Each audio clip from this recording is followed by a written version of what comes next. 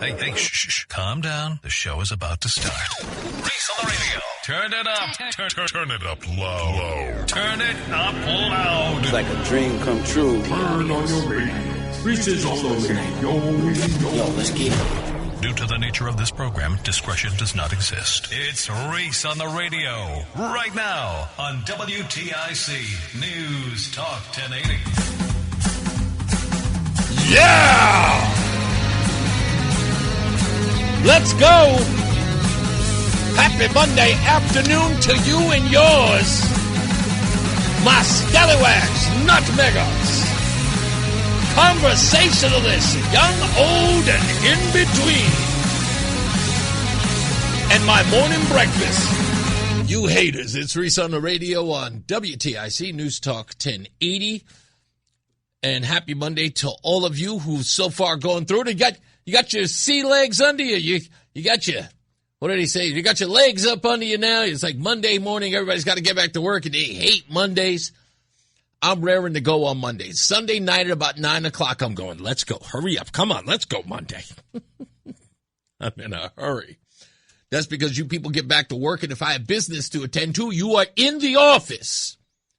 You're no longer slacking. Barbecuing, going to the mall, nature walks, peach festivals. I went to that thing in Manchester. If you were there, I want to hear from you today. If you were in Manchester over the weekend for that peach festival, I want to hear from you if you were there. You didn't know I was there, but I was there. I have some grievances. In particular, my grievances are with our host, the people who bought our tickets, Mariah and Paul. I'm going to give them heck today. Mariah, you know I love you. Paul, you know I love you. But I'm not that old yet. I'm not. I felt so out of place. I mean, there were some young people there, but they were like way younger. You know, it's like kids, then myself and Rozan, and then the older folks. Now, I'm not calling you old for the sake of calling you old. I'm just saying I'm not there yet. I'm not peaches certified yet. There's a certain time in your life. It's the same thing I say about sourdough. You have to reach a certain age where you enjoy sourdough. I'm not there yet. Peaches, not there. Prunes, not there yet. Okay? This isn't against being old. It's just me against me being old. I'm not that old. I know some people make fun of it. It's like, aren't you that old? No, I'm not. See, you guys have this thing called 55 and older, right? You know, the 55 and older community, right? Everybody thinks that once you have that, once you have a community, you've reached a certain status. I'm not there yet. 65. That's what it used to be. We considered senior citizens 65. Now, 50? 55? 57 in my case? No. I am not a peach guy. Apricots either. I'm not an apricot guy. Just not. I know. And again, I'm totally offending probably the core audience. But you know what I'm talking about. I am not being disrespectful for those who have reached that maturity. I'm trying to tell you I'm not that mature yet. I am not a sit down and listen to, I don't know, doo-wop. I'm not doo-wop capable yet. I mean, don't get me wrong. I don't mind a doo-wop here and there, but I'm not doo-wop guy. I'm just not. People know what I'm talking about here. Matt, jazz notwithstanding, it depends on what kind of jazz you're talking. Like, I'm Kenny G jazz, not Al Jarreau jazz.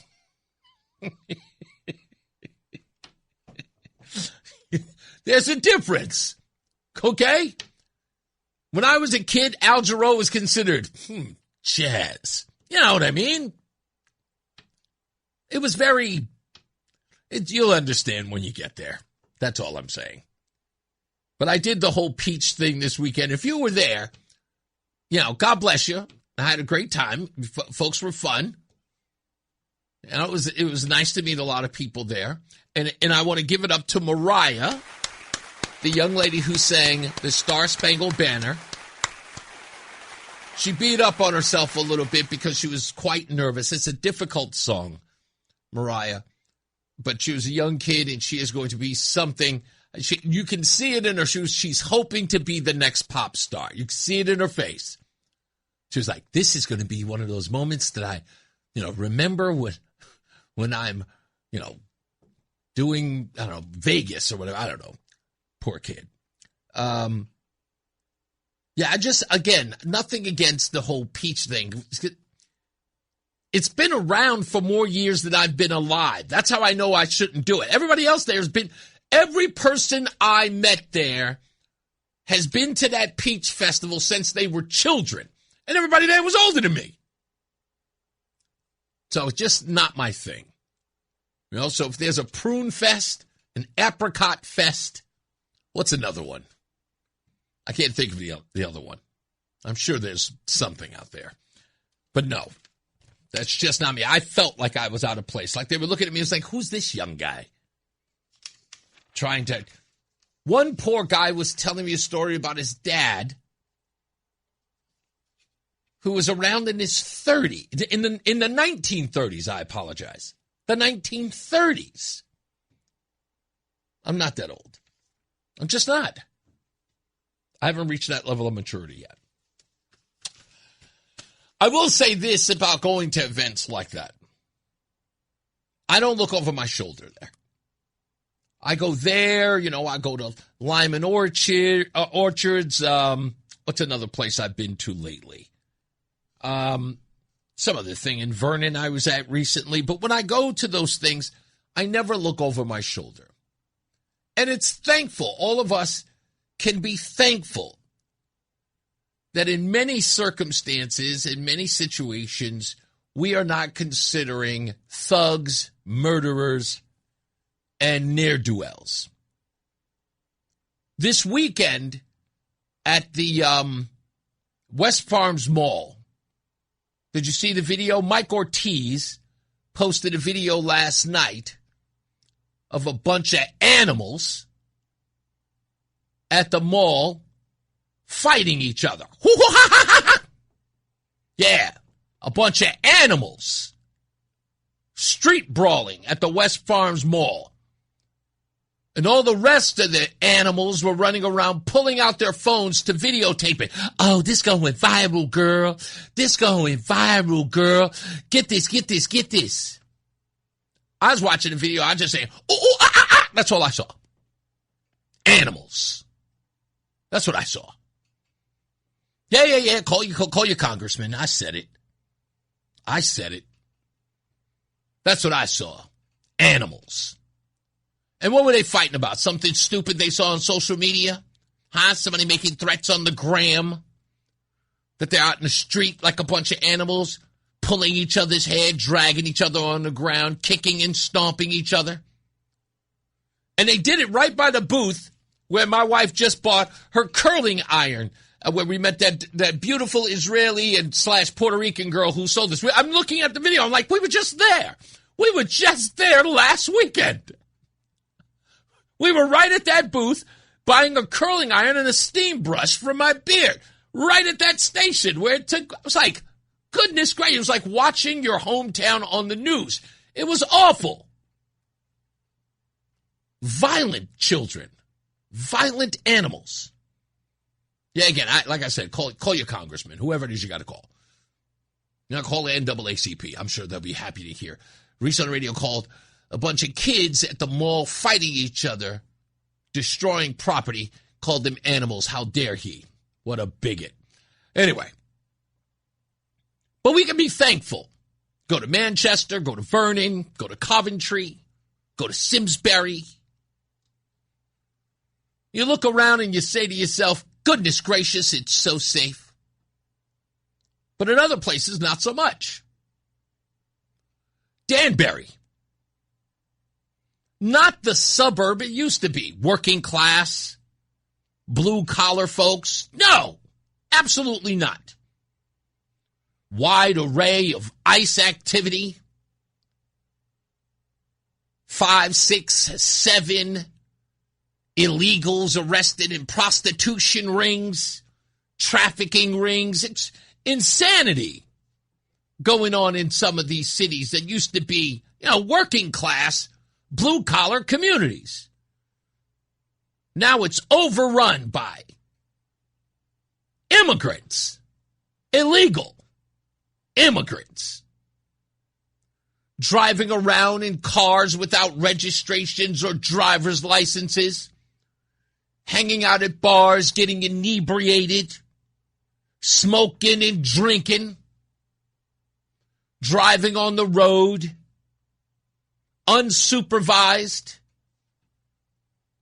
running into people,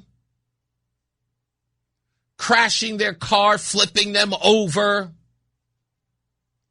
sometimes with young children in the vehicle, alcohol levels 2 to 3 times the legal limit, stabbings,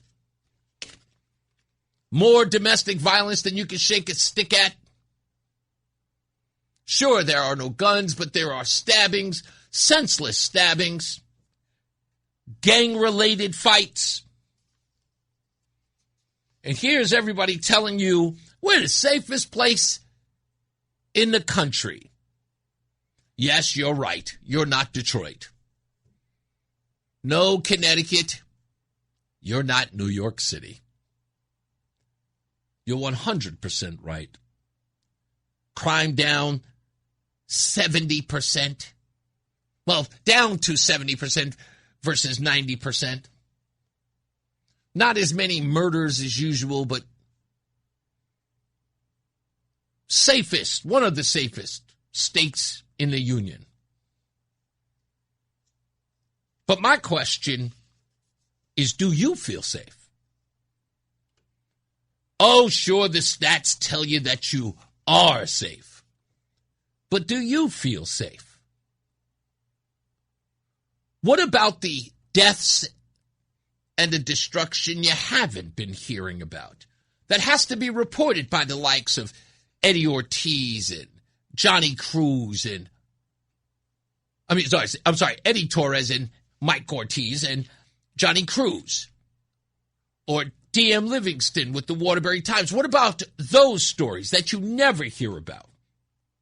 That only they report and the mainstream media ignores? How about the horrible crime statistics, where they label violent crime as, less than violent? Rewriting the statistics.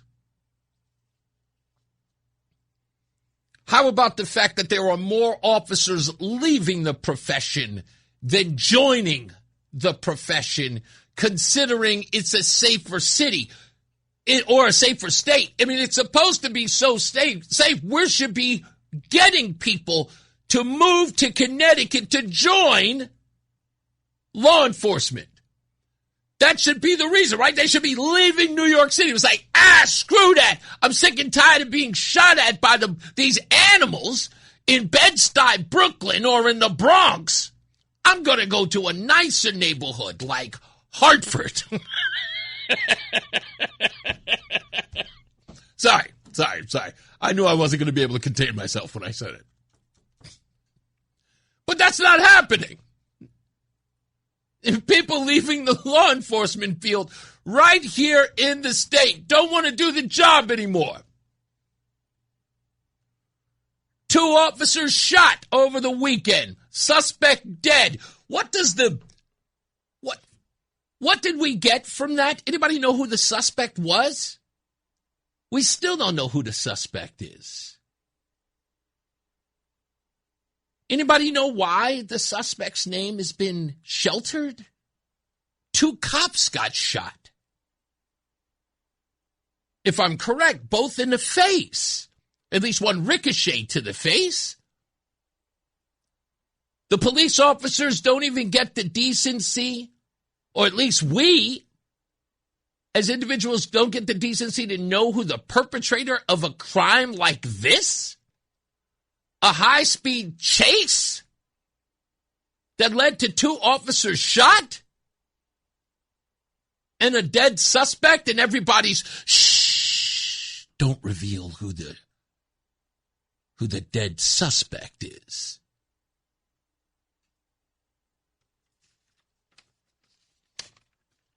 I thought that that was important to these stories, especially when we have somebody so brazen as to get into a firefight with our law enforcement. But we got nothing. Do you feel safe? I think it's a legitimate question. Lamont says we are. William Tong says we are. Bob the Duff Man Duff says we are. But if you looked over the last weekend or so, don't look safe. Don't feel safe. Not to the people who would probably be most concerned. Waterbury, Bridgeport, Danbury. The same inner cities that overwhelmingly vote for the likes of people like Ned Lamont. Those places don't seem safe. I mean, I'm watching the clips. Looks like a third world country to me. But what do I know? It's right there in black and white, right? It's safe out here. I don't know, you tell me. 860-522-WTIC, 860-522-9842. You tell me in Waterbury, you feel safe? I don't think so. We'll be back. It's Reese on the Radio. Fan of WTIC? Then do us a favor. Download the free Odyssey app and favorite WTIC. Stand by. We'll get to your phones in a second.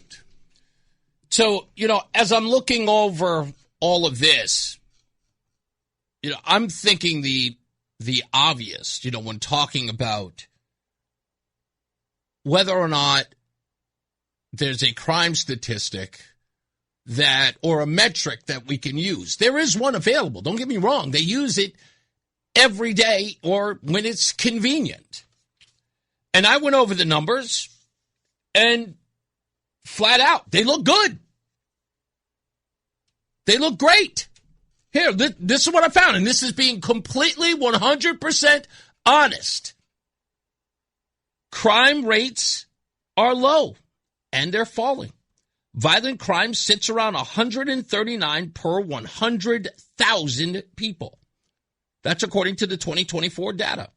Roughly 60% below the national average and among the safer states.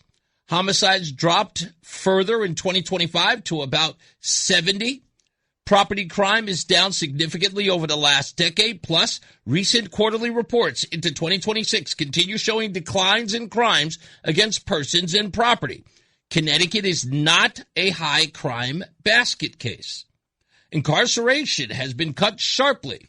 Prison population roughly halved from its peak around 2008 to 2010 levels. Of the 18,000 to 19,000 down to now 10,000 to 13,000 range in recent years. Rate per 100,000 people is well below the national average and ranks near the bottom nationally for toughness via locking people up. Multiple prisons have been closed. Policy track record is reform-oriented. And you can make that case. Connecticut could be a case that could be made all around the country. See? Soft on crime policies actually reduce crime, according to their stats, because Connecticut is not a tough on crime state. They brag about it. But see, there's just one problem. You would read all of that and just go, yeah, that sounds good, Reese. What's the beef? Well, this has to do with reported crime, not non-reported crime. You see, if you don't have a report, it can't go on your stat sheet. And where are the crimes happening that would probably send these numbers through the roof? It's the group of people who rarely report crimes. Who are those people, folks? Think. It ain't illegal yet.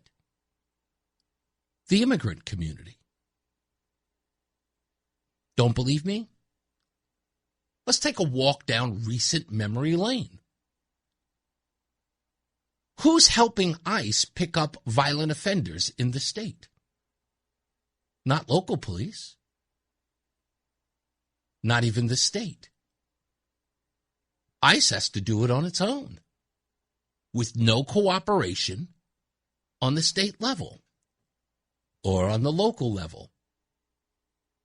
The police are not helping ICE agents pick up violent offenders, or any offenders for that matter.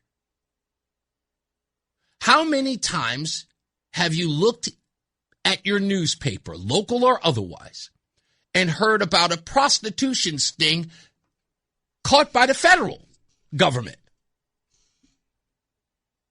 How many crimes are happening in the immigrant community that police officers are forced to look the other way about? Those never get reported.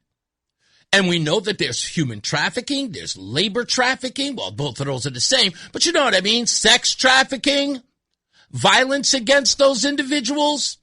Who do they report to? If you're an illegal and you are, I don't know, being held as a slave, paying off a cartel member, and you see all of those arrests, and you're going, wait a minute, was that a part of the stat that they just put out? Because I'm most certain they just picked up 45 people in a sting in one town.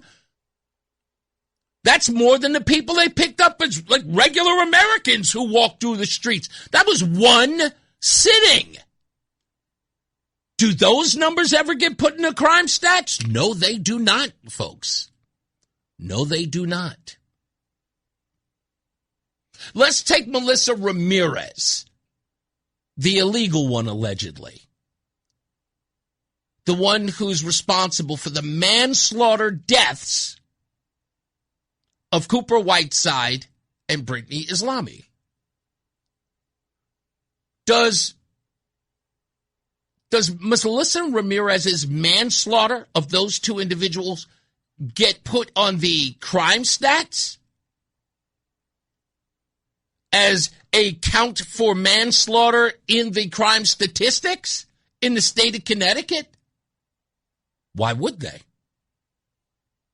There's no reasonable reason for them to do that. In fact, in most cases where an illegal would be involved with a crime, it would probably be productive for the state to keep those stats way out of reach or not even report on them. Folks, seriously, now just Google how many illegals have been picked up in this state or in your town. Just find it, any independent reporting on it. The numbers will astound you. And then you look at these numbers that the state gives and you go, wait a minute. That seems incredible, because it is.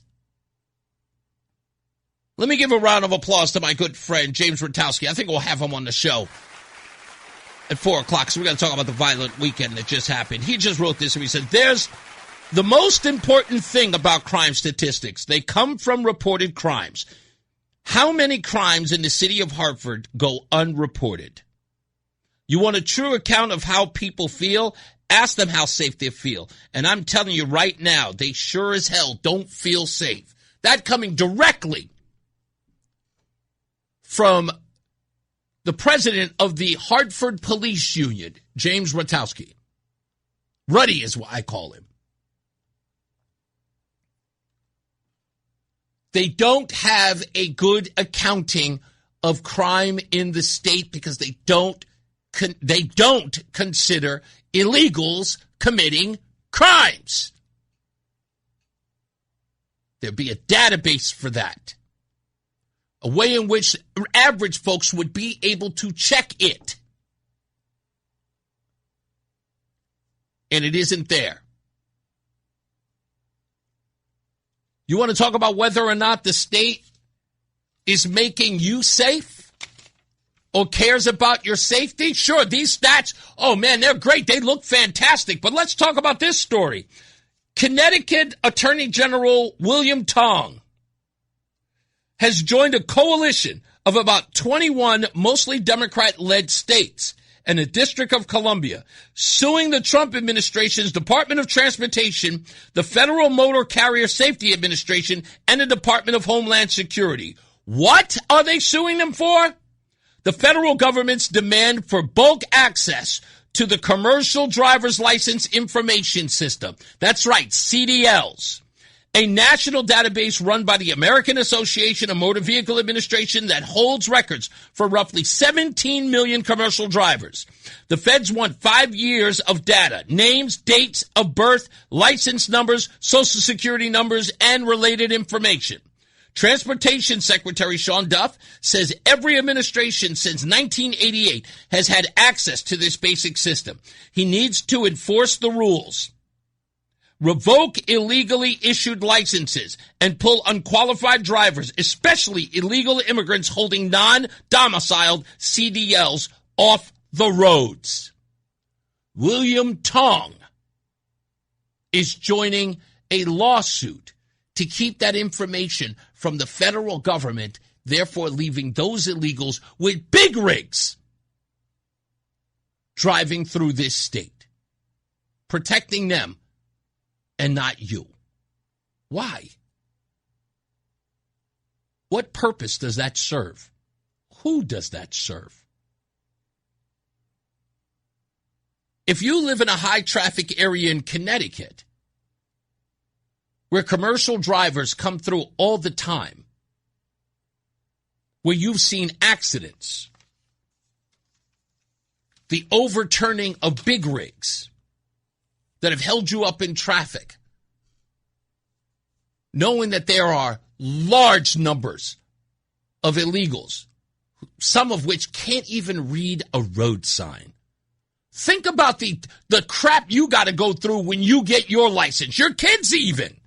When they get their license, can you read this? What does this sign mean? Yield. Then to see one of these guys sitting out in the street going, do you know what that says? I don't know. I cannot read. It says stop. Well, I don't know that word. Imagine the stuff that your kids got to go through. The nervousness you go through having to put your kid behind the wheel of a car. And now knowing that the state and people like William Tong are protecting people who can't even read the road sign that you've been test driving with your kid to learn.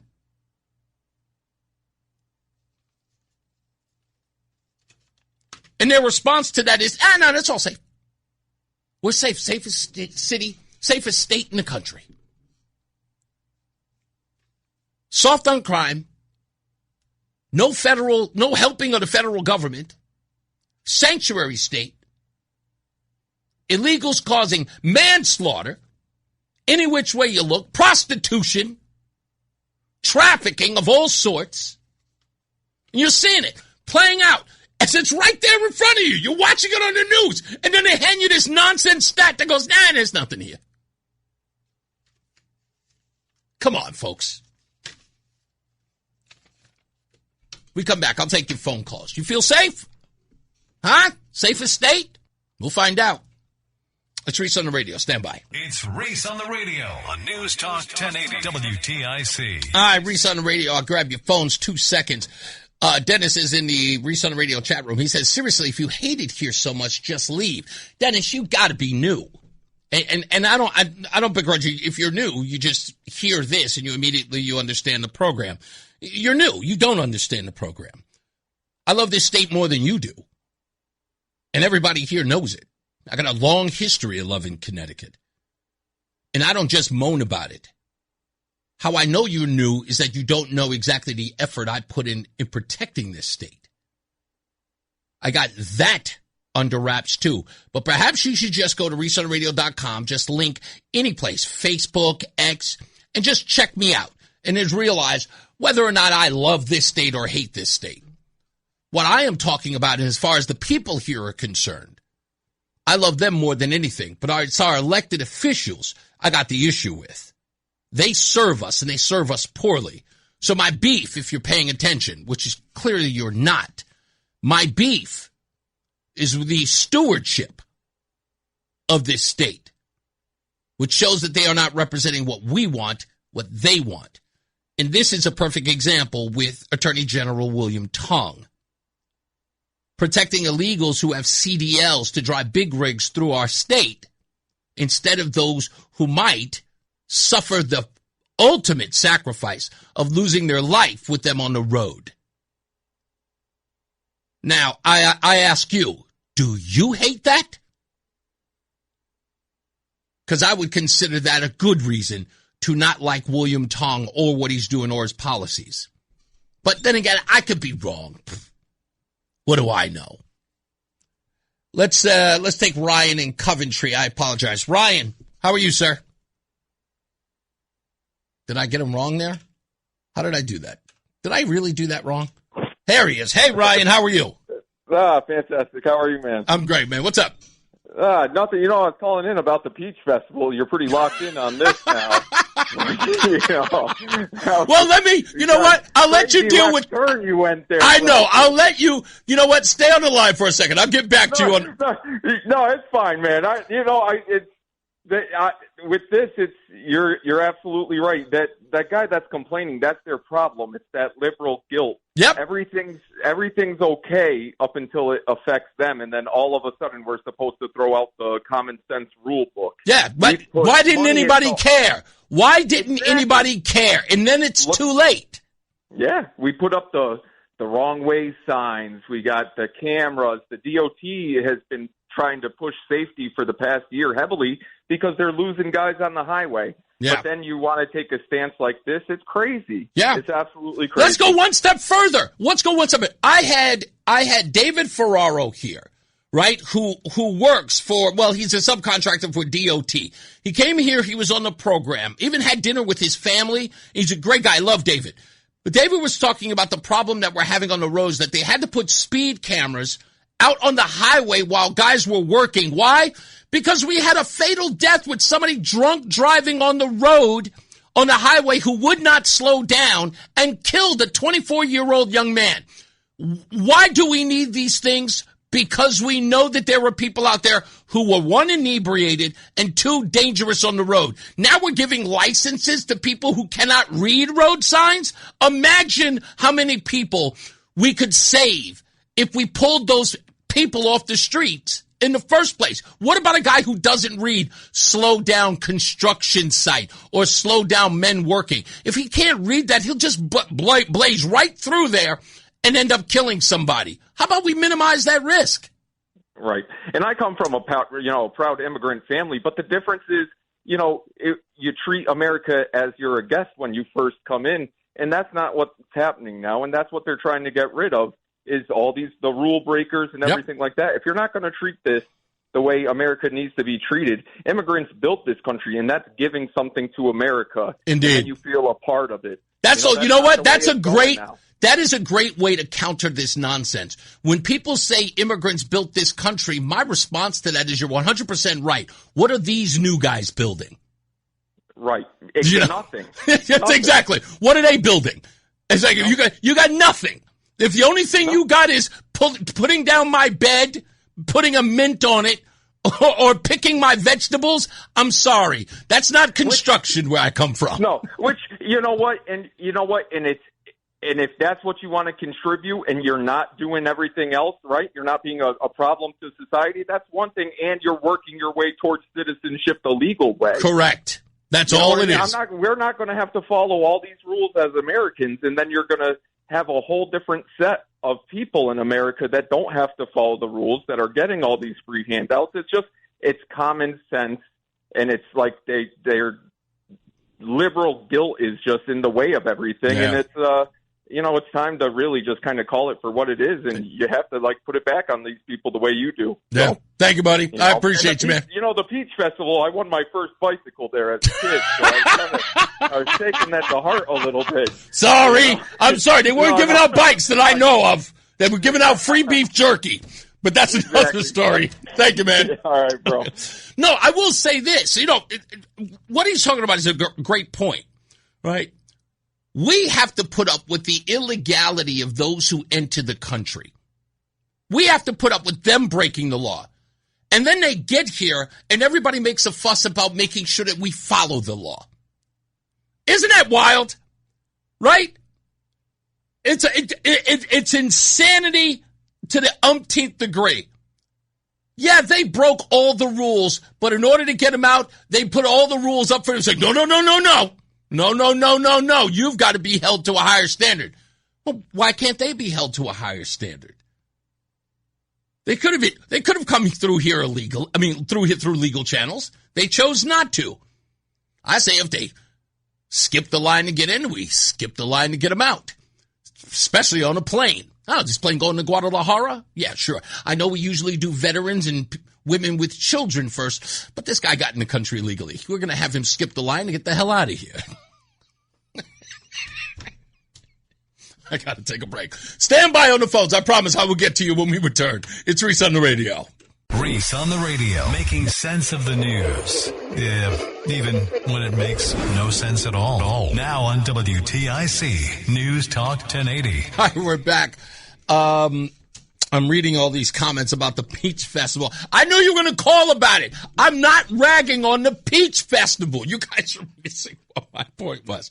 What I'm saying is that I went there. I was reluctant when Maria and Paul invited us to go.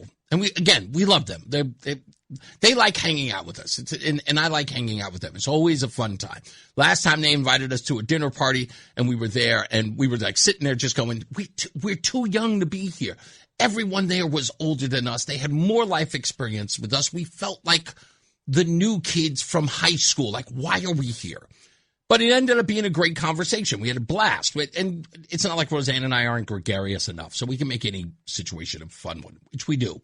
But this one felt out of place for me, for the only reason that I did not culturally identify with a lot of people there. When I mean culturally is age-wise. I'm Gen X, and a lot of these folks were like the Vietnam era and older. That's all. I couldn't even understand that era at all. Just couldn't. So that's all I'm saying. The Peach Festival has a long history in Connecticut politics. Most formidable example was in 1994 when the state president, John Larson, passed on it and was defeated by Bill Curry, who did show up and became Democrats' nominee for governor, possibly the greatest upset in state history. State Senate President John Larson, by the way, Larson attended every subsequent festival until this year. Guess John decided he isn't ready for prunes. I don't know. Again, for me, I felt age-wise out of place. I'm looking at it, I'm like, am I old enough to be here? That's all I was saying. The young people are there. It's like this. And when I say young people, you go there because your grandparents go there and your parents will bring you there because, Nana and Pop will be there. That made sense for the kids to be there. Me, on the other hand, no. Absolutely not. But it was a fun experience no matter what. Just saying. Who's this? Mark in Colchester on the line. How you doing, sir? I'm blessed, thanks, Reese. I need a second to try and tie the threads together because you're putting a jigsaw puzzle out there. Okay. You've answered your question with your opinion of the Peach Festival. Okay. Very few people realize that Connecticut has been hit by a silver tsunami. When we get older, we're not going to commit a crime. We're going to be in bed by 9 or 10 o'clock. Very good point. That's right. When we get older, we're not going to complain to the politicians that are overtaxing us because we can move to Florida. We've got a huge drain of the young people. There's nothing for them here to do. Go to Hartford at 9:30 at night on a Friday or Saturday. How vibrant is it? New Haven's got Yale and 5 other colleges to get them vibrant. But, again, the low crime rate is old people don't commit that many crimes. Good point. Look at the demographic. And then when you listen to the current governor's campaign, he wants to fight Trump. I don't want him to fight Trump. Get out of national politics. Yes. Your attorney general, he wants to get into national politics. Get out. You're working for the state. But because we don't complain, and here's the last point, Reese. When's the last time you picked up a newspaper? There is nobody in this state walking around with press credentials in their little hat, taking notes and doing investigative reporting. The guys on the TV rip and read, rewrite it. How many reporters work at TIC or iHeartRadio? Very few. Yeah. The content is given through what you do. So you're doing everything. You're going out and hitting the ground running. You're interviewing the governor with tough questions that nobody else will ask. They're told by their assignment owner, show up, get a soundbite, we'll put it on the 4:30, 5 o'clock news. So we don't have a press corps in this state. That's such a good point. Every bit of what you said is on the money. And I don't know, you know what it was? It shows how old school I am here. Because I had never done anything like I was doing here, except when I was in New York. But I was in the hip-hop game, so I would be there at these press releases or these album release parties, and I would ask the questions. So when I got to here and I was going to the press conferences, I looked around and all I saw were cameras, no reporters. And I was like, I was a fish out of water. I was just going, what is a camera doing here? No one's here. And the subject, whoever it was going, are there any questions? And I'm like, of course there aren't. There are no reporters here. Exactly. It's the soundbite world we live in. You know, the 5 second, 10 seconds, and then move on. Yeah. And that's where you and I have had a conversation. I don't know if you remember. I picked up my ice cream pie over there at the hotel. That's right. But the other part is, in this industry, if you watch and listen, we're no longer reporting to the people. I had a program director that would sit down with me after every shift and do air checks. I remember you told me about that. You're right. But, you know, when somebody says, and it's 74 degrees outside, he'd slap me and say, you're not giving the room temperature, say it's 74 degrees. Little things like that. When, you know what I'm talking about. No. You know, the reason why I'm laughing is because my wife gives me crap when I say it's 7 a.m. in the morning. It's redundant. Well, and that's where the other part, when you and Rozan were talking, she says she talks to one person. And you know your average quarter-hour listener, you got 30,000. That's right. But that's the way we were trained. Yeah. One person, people listen to the radio as one at a time. That's right. But again, back to your Peach Festival, the reason the crime rate is so low in the state is because of the old people. Yeah. There you go. We stay here because of our grandchildren. Yeah, very true. Betsy McCoy is a perfect example of that. And then when we got the politicians fighting with the immigration and the NICE, I'm going to call it the National Immigration and Customs Enforcement, the NICE group, when they're fighting, they want to be on the public national stage. They're That's not right. working for Connecticut. 100% correct. Thank you so much, Mark. Let me grab a few others here, man. I appreciate you. Let's go to Jim in Waterbury. How you doing, Jim? Good, Reese. Yeah, you're right, buddy. Like, I live on the edge of Waterbury, almost to Woken. I don't even go to Waterbury. Wow. Except if I got to go to the VA or have some medical stuff. Mm-hmm. But my wife goes to the Y twice a week, and I'm always fearful because she's had so many near misses going there. Yeah. And, no, it's bad. And these politicians, they need to be run out of office. They're not looking out for the citizens at all. I don't really believe that, TJ Duarte is here at least once a month. And he's here. The first time he got here, as well as DM Livingston, who, the editor of the Waterbury Times, they both said something. The two of those young men never met each other. And they said the same thing about Waterbury. It's as if the place only exists when something bad happens. The rest of the time, no one even cares about Waterbury. That's true. And that's the thing that DM is trying to fight is the reputation of Waterbury only being for its negative stories. And what TJ's trying to do is to get attention to the place is because there's a lot of people who are blue collar, working class folks who feel like they're not a part of the whole state, like they're some sort of runoff. I won't even drive my truck through Waterbury. Really? Yeah. Damn. I stay in Wolcott. Well, every time I go through there, I keep saying, no wonder everybody's fighting for it, because you can almost see the deterioration of everything. Rozan and I stopped there once when we were first moving up here by accident because she got sick on the way, and we stopped at the hospital there in the middle of town, the old brick building. And I looked at that neighborhood and I said, where the hell are we? I was like, I didn't even realize are we in Connecticut yet? And I was like, whoa, it was pretty rough on the eyes. Pretty rough. Oh, yeah. Thank you, buddy. It's a shame, though, like they got a beautiful YMCA there. When my son-in-law or my niece's husband come up from New Jersey, he goes to the Waterbury Y. He loves the Waterbury Y. He says the best one he's gone to, you know. They have some nice things. It does. Don't get me wrong. There are some great places that are in there. It's like not like the whole town is a blight. It's just it's sometimes when you look at it, you just go, I'll put it this way: it's noticeably bad where it's bad. But that's the best way to put it. Thank you, buddy. Let me get one more in here. Joe's in West Hartford. How we doing, sir? Well, I'm doing okay, but I'm concerned about something.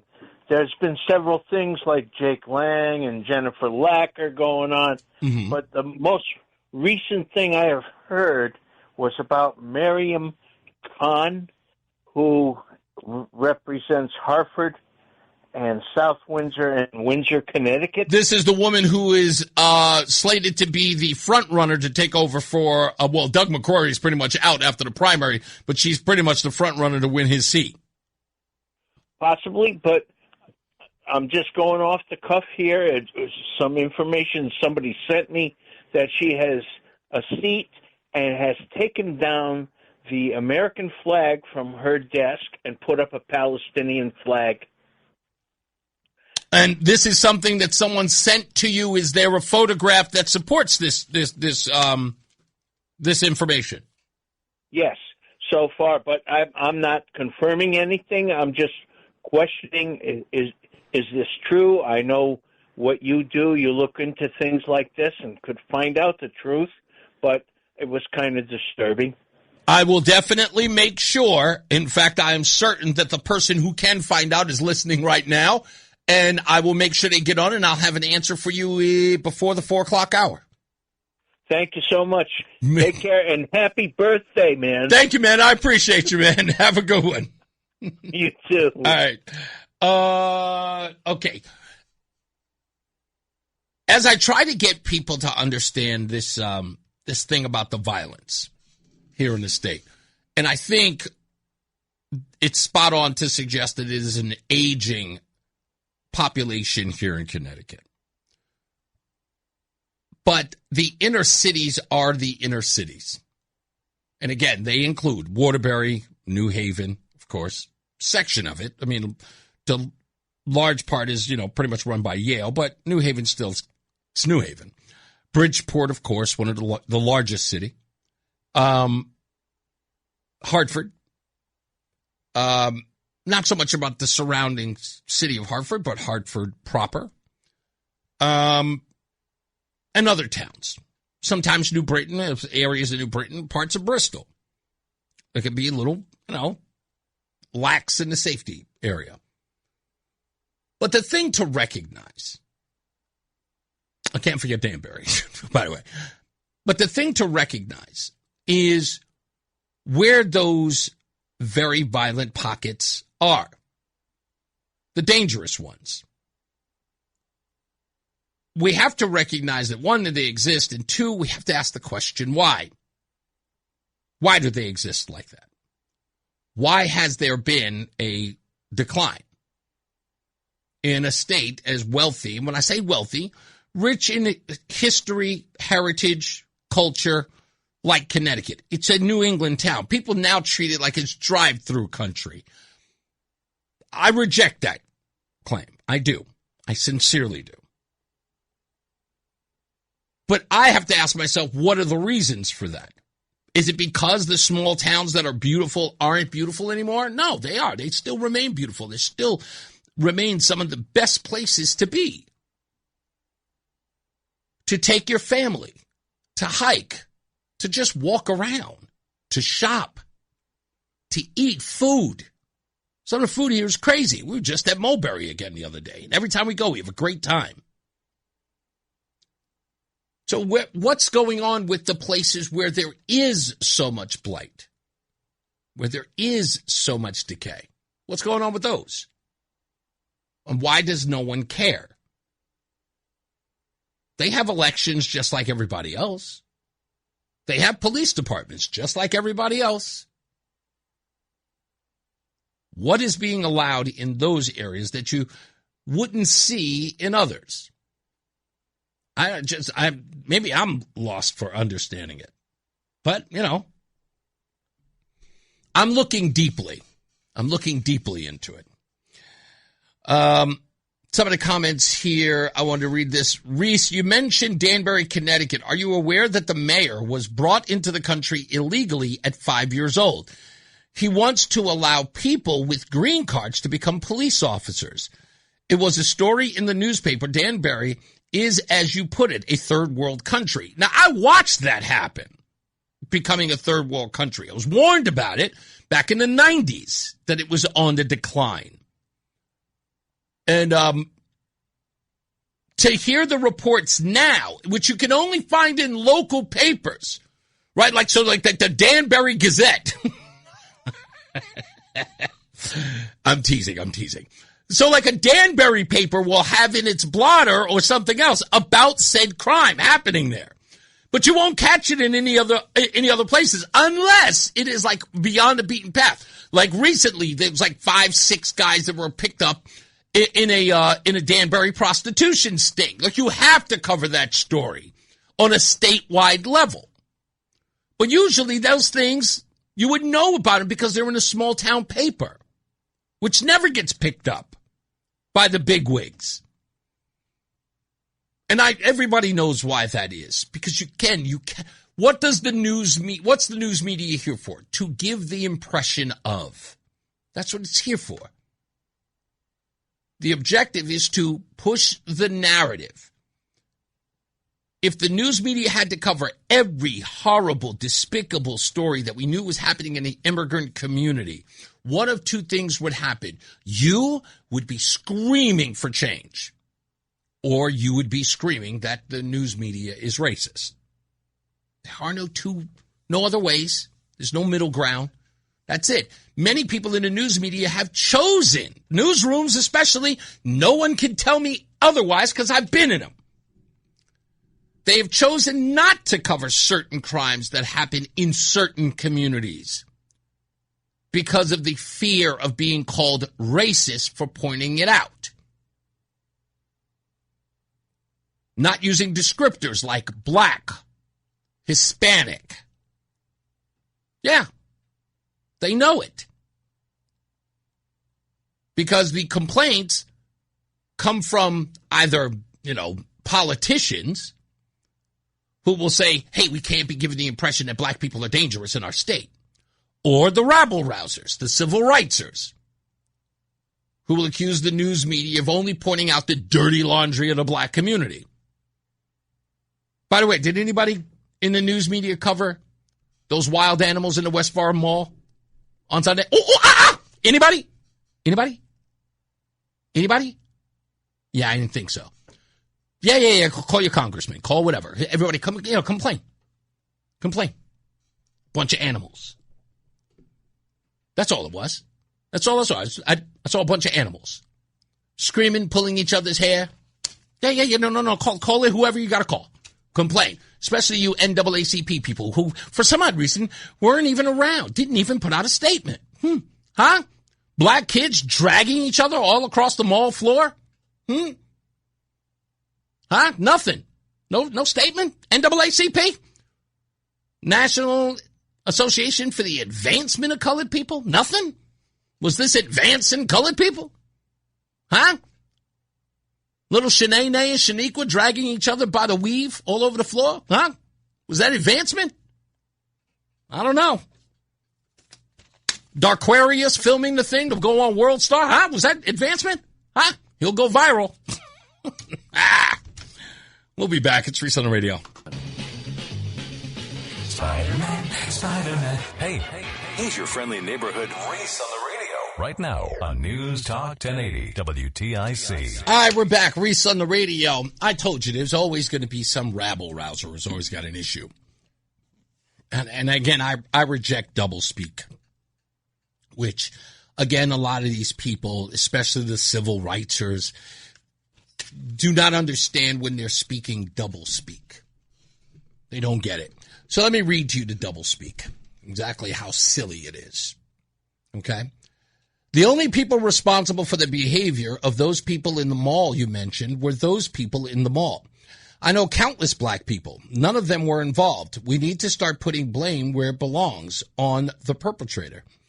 It's simply not right to characterize everyone in a demographic group by the negative behavior of some in that group, black, white, or otherwise. Really? Bob J., really? Why do we even have the term systemic racism? A term that, based on its definition, means there is something systemically racist that comes from what group of people? Whites. All of them. It's never described as this individual or that individual. That claim is generalized. And I love the worst of the use of the word negative behavior. Well, that means that the systemic racism, negative behavior, cannot be attributed to an entire race, right? By your own standards.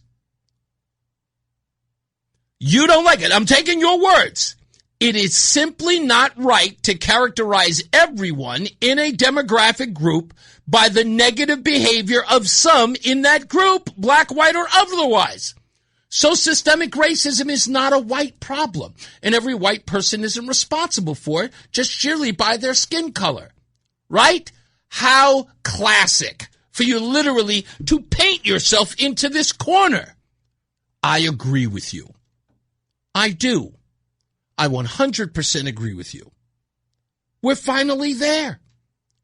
We're finally there. So, why don't your folks get back to the rest of us when you find the culprits of said white supremacy? Individuals who are responsible for said crimes. Get all of them to do that. Every single one of them, from the ex-Ibram Kendis to whoever that redhead, fake redhead girl from, Project 1619 in the New York Times and the Washington Post. Every one of them, from Scott Extra Large, to Corny Betts, to Black Lives Matter 860. If you could get all of them to just come on down to the station and give me a comprehensive list of the people you described, make sure I get it right, the people who are not a part of a demographic group, the individuals who are responsible for said negative behavior. And until then, I'm going to keep doing it. You're not going to come over here with that nonsense. Get out of your feelings. Get out of your feelings. If Barack Obama represents all black people, so do those animals. I mean, we're going there, right? It's the only time we can be representative of one individual. Barack Obama is all black people when he gets into the White House. We see a bunch of knuckleheads out at the mall. All of a sudden, hey, not us. Why not? Well, we're only a collective on good days? Huh? When the sun is shining? It's bright outside? What happened to the rainy days? Come on, we're all not down for the struggle. Come on, I don't care. Look, I've never cared. I never cared. You see, I'm the purest example of individualism.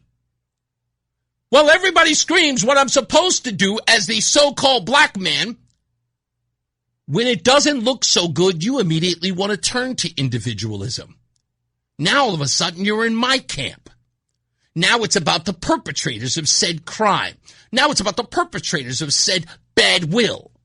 Now it's them. So, what are you telling me exactly? Because if I'm listening to you, that's going to be the standard. And maybe you're new here, and I keep trying to explain this to folks, right? I've done this long enough. I figured this out a long time ago. I am only going to eat at the table you set. But you have to eat there too. You don't get a separate table. You lay it out there, you got to live by it. So which side are you on? Because if you're on the individual side, hey, welcome aboard. How long did it take you? 30, 40, 50 years to get over here on the right side of things? That's right, dum-dum. Each person is responsible for their own behavior. That's right. And if you are behaving culturally because that's what your people do, don't get mad when you get lumped up into your people. That's all. And I know this is something that people do not understand, but this goes for all people, especially if you're on the left, okay? I've done this long enough. I can literally lure you into my side by you arguing with me. I just literally lay out the breadcrumbs, and you keep eating them. I keep throwing the chum at you, and you keep coming. And then when I've got you trapped, it's easy. Because everything you believe in is based on emotion. Everything that you stand for has nothing to do with logic or reasoning. It has to do with your heart and how you feel. If your brain's not in it, you're not in it. If your heart is, you're not in it. Your heart will lead you astray. It always does. Always does. And I will exploit it. I love exploiting it. At the end of the day, I pat myself on the back. Every day. I almost break my arm doing it. No, don't worry. There's room. You can pat me too. Sorry, I know it sounds arrogant, but I don't care. I don't. So, thank you, Matt. So, that being said, if you could tell those little rabble-rousers to knock it off and stop coming to my wife's favorite mall, all right, and beating up your girlfriends in the middle of it on a Sunday when people are just trying to, buy some Tiffany, maybe some PacSun sweatpants, huh? Coming by to get their cell phones, maybe have some Chinese food. I hear they got Chinese food in there now. Maybe some Sbarros. The pizza's, oddly enough, it's really good there. Crazy. They've got the California pizza kitchen or something. I've only been to one in California, in actual California, for my birthday, of all places. But people just want to go to the mall. It's a nice experience. It's a nice mall. It is. It's one of the nicest ones around. All the rest of them have gone to hell. Why? Because of these animals. You can't sell anything to these people going there to meet up for fights. Oh, and by the way, I knew I had this right. There was and I made sure of it because I was like, is this serious? There's no way. But there was. Check this out. You guys know that a couple of years ago, was it last year, there was supposed to be a teen takeover at Westfarms. These are the only times. This is the most recent. February 21st of 2026, 100 juveniles gathered out or inside the mall. One physical fight broke out between two of them. The Farmington and West Hartford police responded at 6:27 p.m. and only two juveniles were taken into custody. That was covered by the Farmington West Hartford Patch, the CT Insider, Hartford Current, WFSB, TNH, Fox 61, and the Farmington Daily Voice. Then there was the March 30th parking garage stabbing. A group of mostly females went to the upper-level parking garage specifically for a fight. An 18-year-old and a 15-year-old. And the 15-year-old pulled out a pocket knife and stabbed the 18-year-old multiple times in the leg, while others recorded it on their phones. Who is reporting on this one? Covered by FSB, TNH, NBC Connecticut 61, Current, Insider, Patch, and this station. And in 2019, the day after Christmas mall fights. Yeah. That's it. That's it. That's all you need to know. Why would they ever tell you that? Cannabis is a serious problem here in the state, and there are two legislators who want to raise the potency of THC in cannabis in the state. Why? We'll get to the bottom of that. Plus, we've got more election news. Voting fraud is not widespread. Why do they keep using that term? I'm going to explain to you why, and why it's nonsense as well when we return. It's Reese on the Radio. It's Reese on the Radio on News Talk 1080 WTIC. How did I do that? I'm sorry. It appears, Dateline, April 20th, 2026, GOP protest display of tiny Pakistani flag on Connecticut lawmaker's desk. A story written by Mark Paz, talking about, indeed, Representative Khan having a small Palestinian flag on her desk, as many had American flags and don't tread on me flags. Let me say this.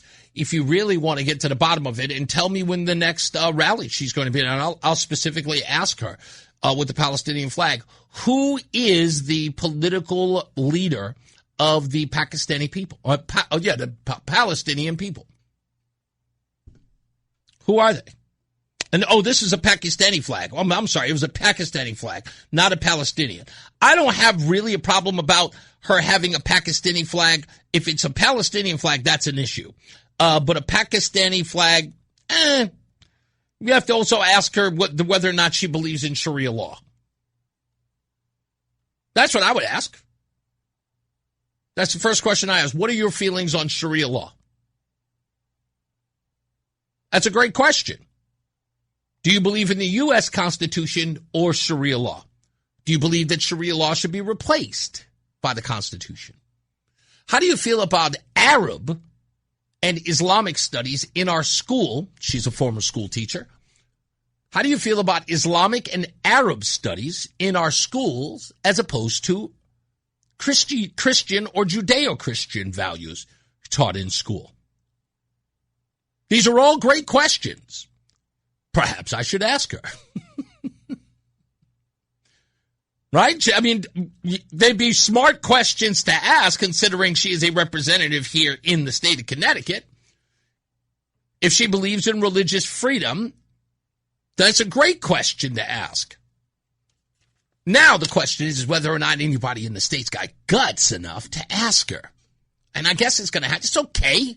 I can be Thanos on this one. Got to leave it to me. You leave it to me. I'll ask. But it is a good question. I believe it's a question we should ask every lawmaker, every legislator in the state. The first question should be, hey, how do you feel about Islamic and Arab studies in our schools? Oh, I think it's a good thing. I think it's inclusive. Fine. Good. Can we match that with Judeo-Christian values in the school? Huh? And if somebody looks at you and says separation of church and state, you just go, you sure about that? Are you sure? And if they also look dumbfounded, you just say, you just agreed for Islamic studies. Do you not understand that? Or you just knee-jerking it here? Because I don't think you're dumb. I just don't think you understand the distinction here. Or the lack thereof. That's all. It's as simple as that. Where do you stand on that? So I hear all these people, and trust me, I see it all over Facebook and X. It was like, they're demanding this. It's simple. You get that out of the way by asking a simple question. Do you know what Islamic studies are? Are Islamic studies a study of the Islamic religion? Is it? Does religion have anything to do with Islamic studies? If they don't know, ask them why they're promoting it. So you're promoting something you don't understand, but you find important? Seriously. That's like promoting, I don't know, apricots, but not knowing its nutritional value.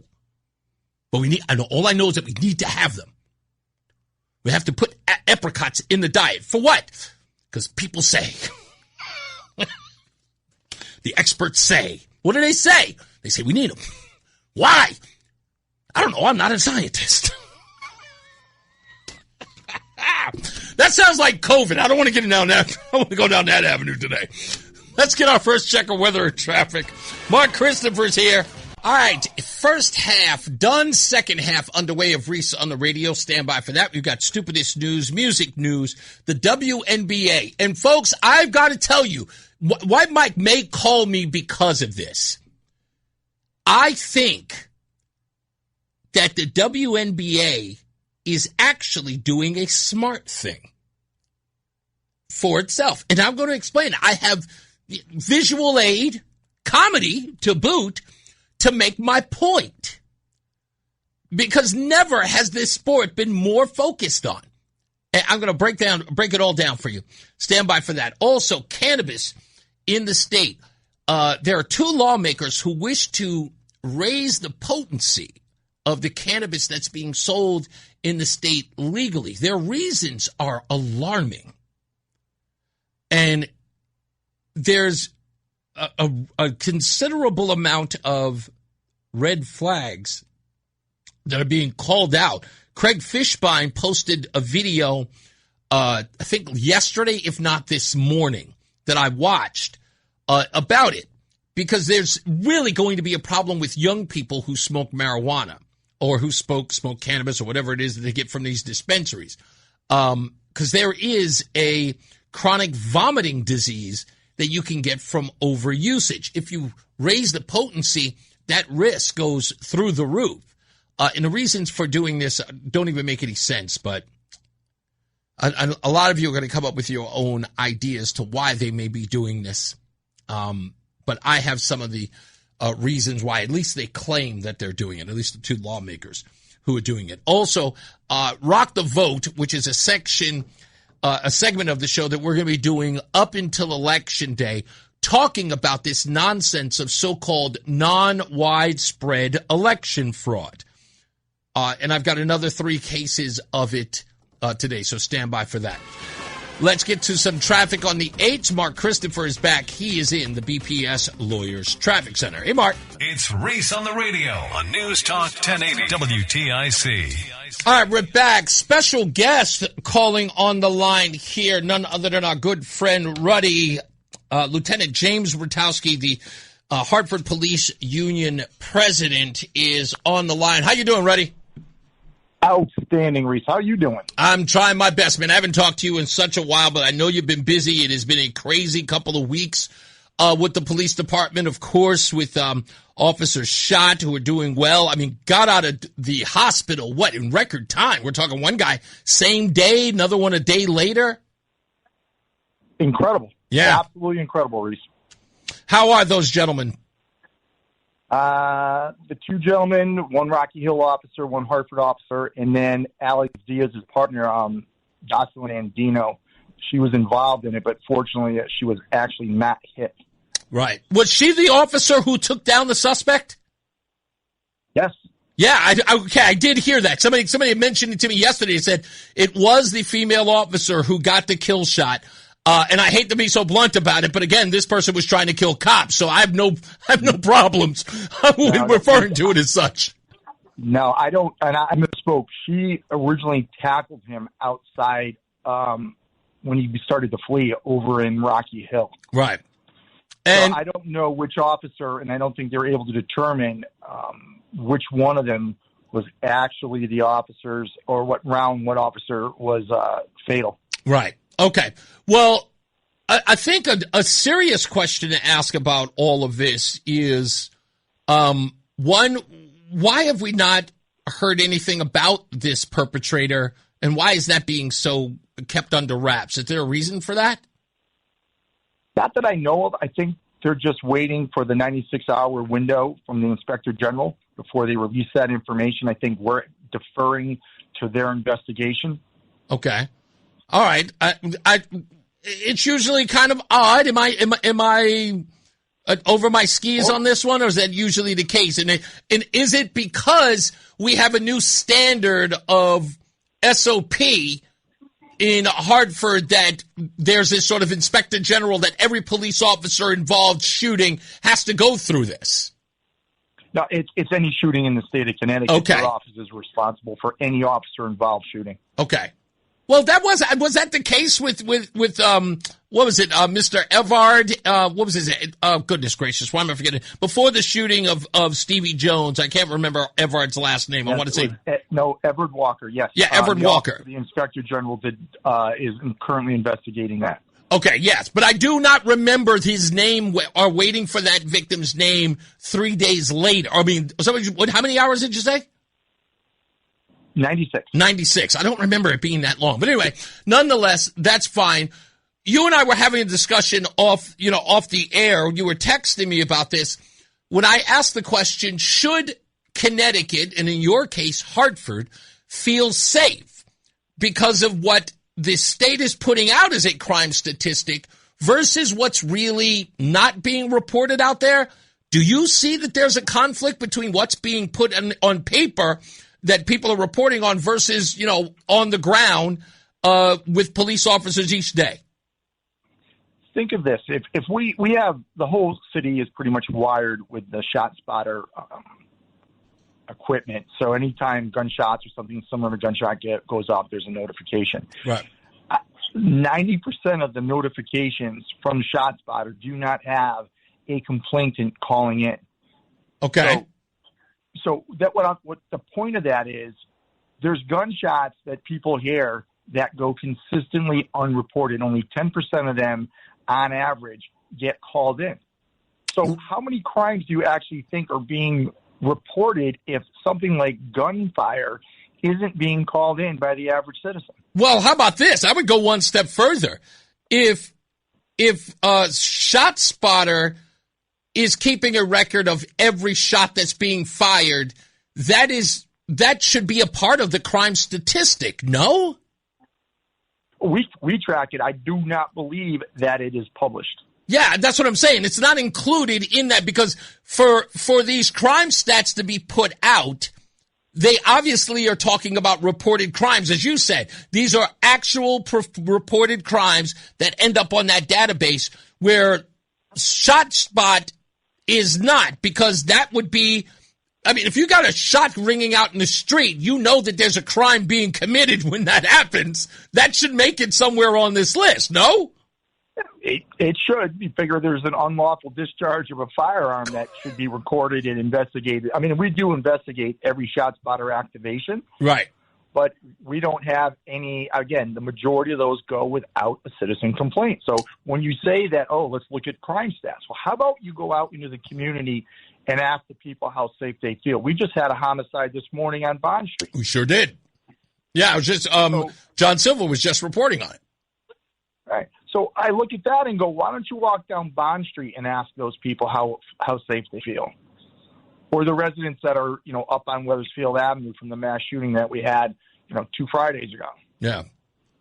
And this is, again, the reason why I wrote my Substack this week was generally about that. It's like, I don't think the people on the ground are seeing the same stats that are being put in the newspapers or being touted by the governor or anyone else for that matter, that in those cities, be it Waterbury, New Haven, Hartford proper, I don't think any of those people would say that those things are matching it. I'll go one step further with you, Ruddy. We don't have a lot of reporting of illegals who commit crimes against other illegals or immigrants in the city or elsewhere. Those things don't make the crime stats either. Is there a disconnect there? I don't know how that isn't reported. It's not my circle of competency, Reese. Okay. But I think it still goes back to what I was saying earlier. Are they actually reporting it? If you are an illegal immigrant in this city, are you calling the police? Are you looking for our services? Or you're like, nah, you know something, I got robbed, but I'm not really interested in talking to the police because I don't know if I'm going to be deported or how that works. That's right. Because you and I have an idea of how the immigration system is going to work, but they might not, and they might be scared to call us. Yeah, I mean, like I said, I know that the state promotes the Trust Act, in essence saying the reason why we have this in place is so if people in immigrant communities who may not have legal status here in the country has a crime committed on them, that they are safe, that they can report it to the authorities. My question to that has always been, okay, where are the statistics that say that the illegals are indeed using the police officers in that capacity to report on crimes that are happening to them? Because I feel like those crimes that are happening to them, be they trafficking, prostitution, as you said, burglaries, home invasions, those things cannot be reported because usually they're happening because either they're involved in said trafficking and others they're a victim of it, so they can't report on it. Secondly, the person who is perpetrating that crime on them is a member of a gang or a cartel, so they know what happens if those things are reported on. I have no stats to back that up. No, and I don't know. I mean, I know that I've been in the community and I've talked to the people in the community, and there are those crimes that go unreported because they are in that bracket. We want to protect illegal immigrants. Okay, I understand.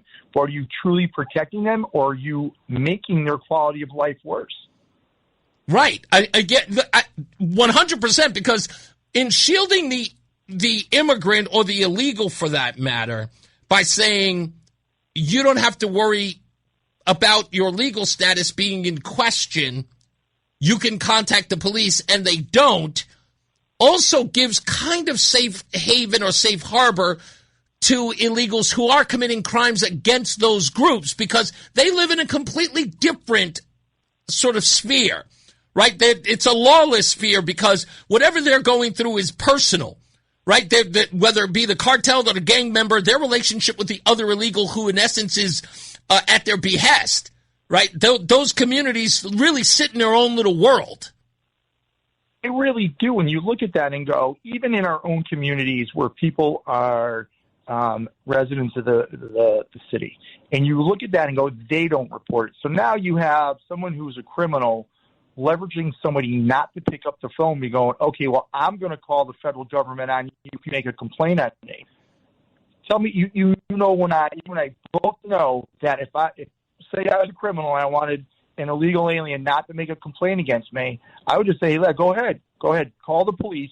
And you know what? I'm going to call the federal government on you. That's right. That is the reality that these communities go through day in and day out. That's such a good point. Get up there and pontificate about protecting them, and you're not.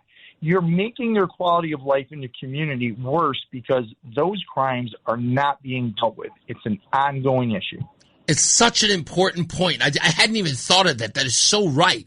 That these people, in essence, govern themselves, but under threat, right? It doesn't matter whether or not it's a criminal alien who has probably the most kind-hearted, gentle illegal in the country. He can't report a crime because if he does, that criminal could turn around and say, yeah, report on me for robbing you, report on me for trafficking you or for labor trafficking you. All I have to do to put an end to this is make a call to the federal government, and you're gone too. Exactly. And think of this. So you're an illegal immigrant. You owe $30,000 to whatever drug lord, got you over the border. And now you have to pay that back. And now there's a crime committed against you. You have someone leveraging you not to call the police because you have a debt. And how are you supposed to go back to Mexico, Brazil, or whatever country you came from and earn $30,000 of United States money? I think in Brazil, it's 6-1 or 5-1 pretty right much now? yeah. So you're looking at $180,000 out. Like, why do you think that they're going to put themselves in the crosshairs of that? No. To report a crime? Absolutely not. Yeah, it is incredible. Ronnie, I thank you, and I appreciate you always being there whenever I need you to call up to sort of give a breakdown of all of this. I mean, this is your wheelhouse, and it really gives us, it shines a light on so much that we don't know that you guys have to deal with usually. And if I could, in fact, that just on the subject, to tug your ear, you've been in this profession long enough. Do you find yourself being called upon by those with illegal status in the state or in Hartford asking for help, or is that like minimal at best? It's minimal, and I'm fortunate to have my wife who can kind of help me navigate that when people, through the grapevine make a complaint, and I can talk to them, have my wife help and navigate them to the proper resources. So they're not scared to make that complaint. There's some awful crimes that get committed that people will not step forward to, and Marceline has helped us get through that. Yeah. She's an integral part of that. Isn't that crazy that in order for them to talk, they have to have a liaison to the police, somebody they can trust, so they can sort of work through them to get to the police to actually, they claim that they're making it available for these illegals to come to the police, but they don't even trust that idea. And they don't. And that they trust my wife. Yeah. So there's that. And there's still apprehension, even with the trust that they have with her. Yeah, because they're wondering what's going to happen down the road and whether or not they're going to be protected, because their status in the United States is of utmost importance. And once that sort of lens gets focused on them, they are living in even more fear. I'm sorry. I mean, it just has to be that way. But I'm looking at it from the perspective of said illegal. If staying in the country is paramount, they will go through anything to protect that, even have crimes committed against them. And that's the awful thing. When we say we want to be a sanctuary city, I understand. But what really are we doing to make it better? What are we doing for their quality of life? Are we now making our community safer? Or are we not making, with unreported crimes and people being leveraged not to call the police? That's not a recipe for success. No, not at all. And not only that, it puts the rest of the community in danger as well. Oh. So, and it's part of me, and I'm just going to pontificate for a minute here. I look at our legislators that have consistently been targeting us, like the last ridiculous thing about 250 feet within a polling station. Right. You guys are worried about the police being 250 feet within a polling station. Why don't you take some of that energy and make sure that the criminals that are running around hurting our communities, shooting people in our communities, actually stay in jail? I am telling you, when this guy's name comes out and the extensive criminal history that he has or had, you're going to go, why was he not in jail? And that question needs to be turned around and asked to the governor and asked to William Tong and our legislators.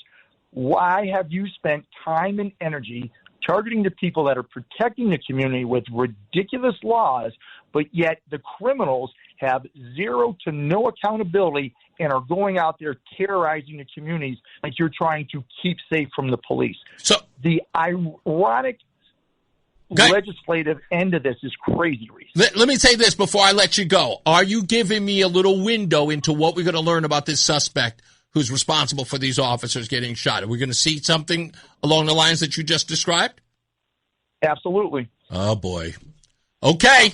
All right. We wait. Thank you, James Rotowski, president of the Hartford Police Union. As always, sir, we appreciate you, man. Thank you so much for calling the show. Thanks, Reese. Have a great day. You got it, man. You too. There you have it. I don't know what to tell you.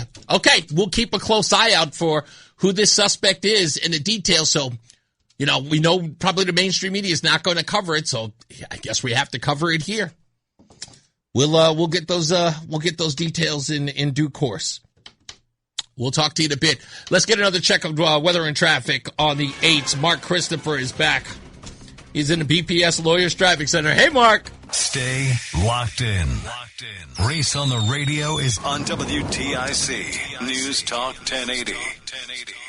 Sorry, I got all this paperwork sitting over here, and I was caught up in something that I was trying to make sure that I had in my possession, and I do not have it here because I moved so much stuff around. That's my fault.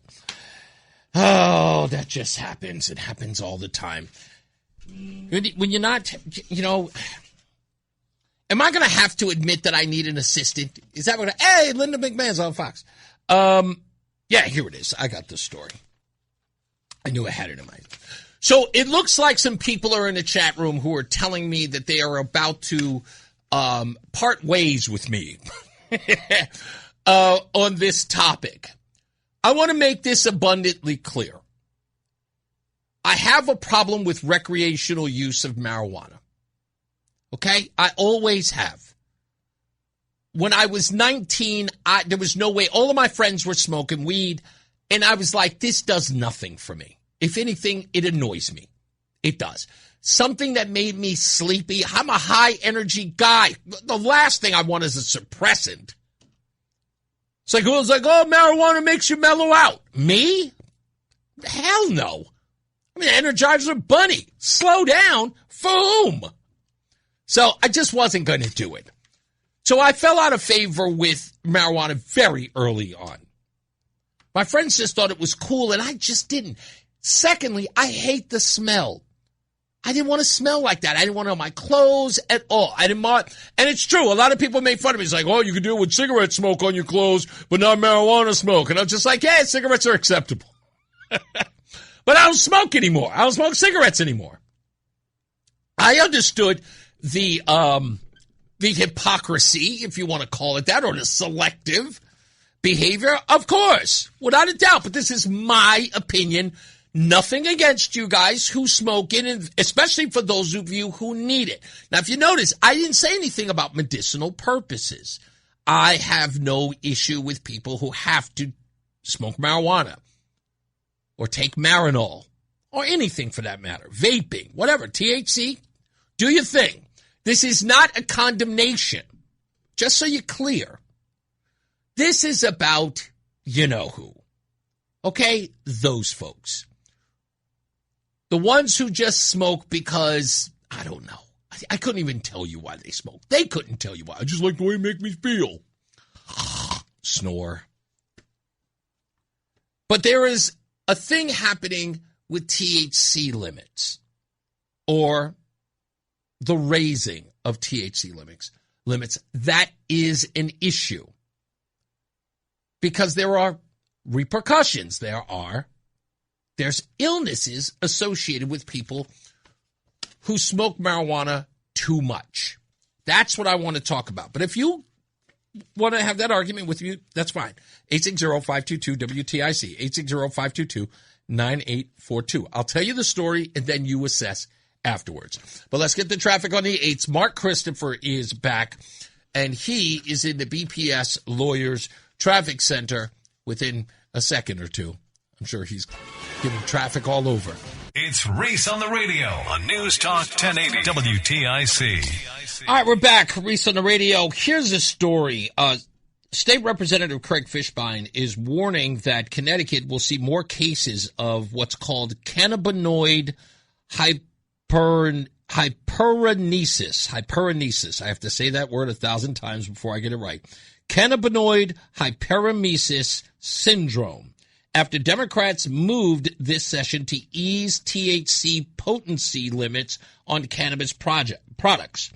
Cannabinoid hyperemesis syndrome, or CHS, we'll just call it that, is a condition tied to frequent high-potency cannabis use. Patients suffer severe repeated vomiting, intense abdominal pain, and often get temporary relief only from hot showers or baths. The only reliable cure is stopping cannabis use entirely. National data shows CHS emergency visits have climbed sharply in recent years as THC levels in product rose and more states have legalized it.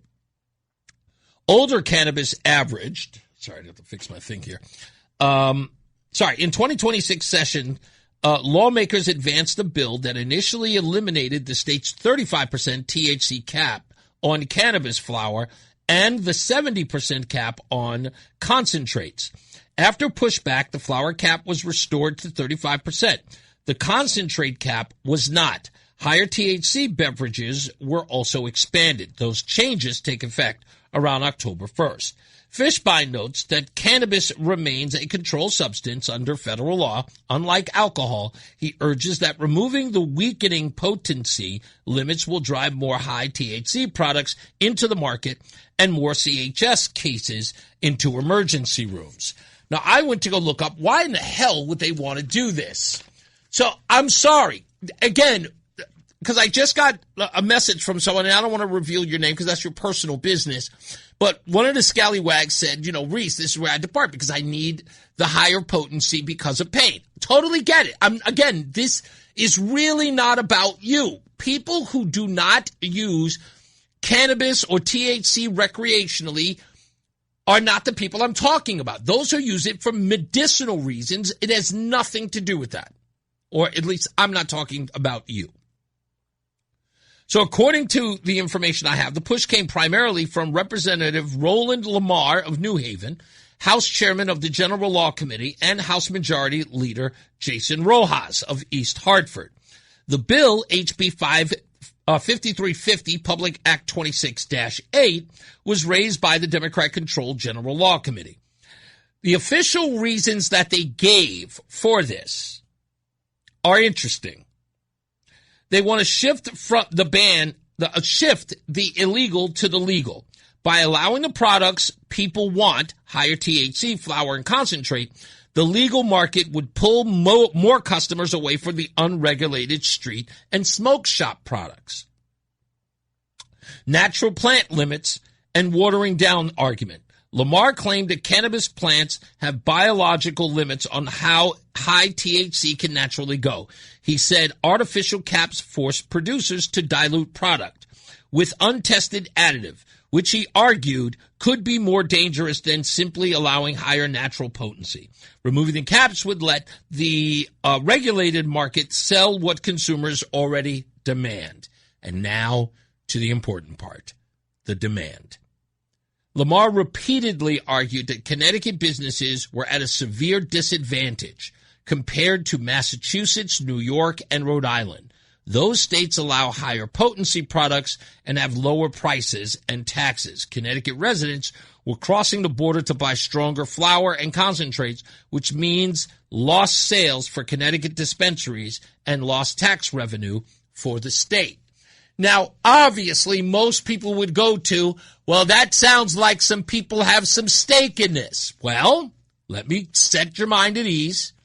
Rojas nor Lamar have any stake known, at least known, in any cannabis organizations or companies. That's known. I looked. Something else comes up, I'll let you know. However, there are some who do. There are some. And Democrat Representative Juan Candelara, he did take a paid position with a cannabis company called The Goods THC, and of course he faced conflict of interest questions this year. And Lamar publicly defended the idea that legislators can have outside industry experience as long as they are not enriching themselves on specific votes. That episode is separate from what Lamar and Rojas are doing. Now, again, if there was a medical benefit, they should have mentioned that as the reason to raise it. No, it's for money. It's for revenue. Why is that a problem? I'll tell you why. It's because cannabis sales in the state are a mixed bag here. Everybody keeps bragging about how much money it's bringing in, but they're also complaining about how well the industry isn't doing. It has not solved a lot of the problems that they said it was supposed to solve. We also know that there's a hell of a lot of fraud going on in the industry. People who are claiming that they're giving licenses to, those who have been affected by the war on drugs, especially in Connecticut. We found out that there's a proxy nonsense issue going on here, where they're allegedly giving these licenses to African Americans, while those African Americans are literally just a front for white owners. Yeah. That has been talked about ad nauseum. Have there been any real reporting on it? No. Weird, though. But everybody seems to know about it. Everybody seems to know, but there's no reporting on it anywhere. And it's happening in plain sight. It is. Plain sight. Every published report I look up about cannabis barely even mentions it. That there are people who are gaming the system. That the money or the disbursement of these contracts have not actually delivered the things that they said they were doing it for. Again, this was supposed to remedy a war on drugs policy that was, in essence, their view, used against African Americans and minority communities. But that's not panning out at all. Matt says, but they get tons of campaign donations from lobbyists in Connecticut, especially Adam Wood and the Connecticut Cannabis Association, allegedly. Watch the state bring back a tax on THC. The higher the THC, yes, then the higher the tax. That's the way it was. Yeah, that's always going to be the case. That's always going to be the case. In my opinion, the skunk smell makes me nauseous. When someone on the corner can smoke a joint, but not hold a can of beer, sometimes is wrong. Why do I have to suffer or put up with that smell when I'm walking? Maybe we spawn it. You and me feel the same way. We do. Sometimes I kind of have to tell myself, all right, stop complaining. It's annoying. But I think, look, Spawn, I really feel you on this one. I think you and I are right on this one. I hate everywhere I go. It's just everywhere.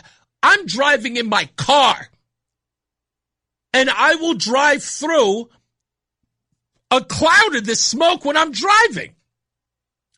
And I'm trying to figure out, how can you be smoking that much weed that I can literally drive through it? Like, how is it on the highway? It smells like I can drive on 84 and go through a cloud of marijuana smoke or marijuana smell as if I had walked into a room of people smoking. That's how, cumbersome it is. It's astonishing to me because I'm like, has it gotten stronger? Absolutely annoying. It really does drive me nuts. Who is it? Does that say Eli? I can't see who that is. Let's see who it is. Who is this on line 2? Eli. Oh, it is Eli. Okay, I thought I was reading that wrong. How are you, Eli?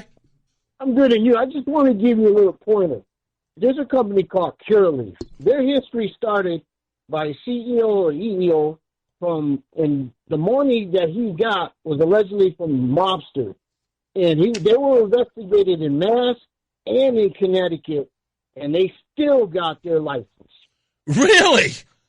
And they're one of the biggest companies in the world. And they have a cannabis, do they have a cannabis license here in the state?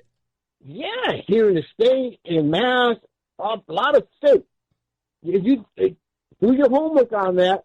Okay, well, here's my question, Eli, because I was mentioning this a little bit, I'm sure, because you were on hold, you heard this.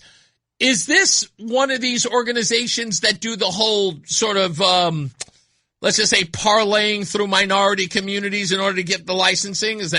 Are you alleging that in some way?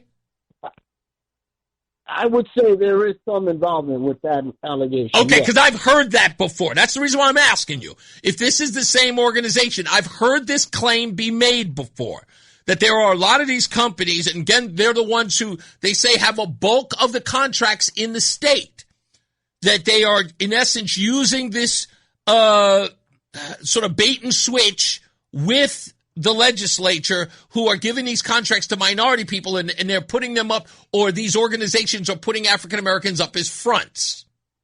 These legislators are just as crooked as the rest of them. All they do is take side money, they'll sell their soul and look the other way. And I'm going to tell you another little secret of the industry. They're supposed to be regulated by the state, right? That's right. These seeds, when they plant their seeds, they get them from other states. They don't regenerate new seeds. Really? It's a dirty industry. They don't even import on the DL from other states their inventory. That's how dirty it is.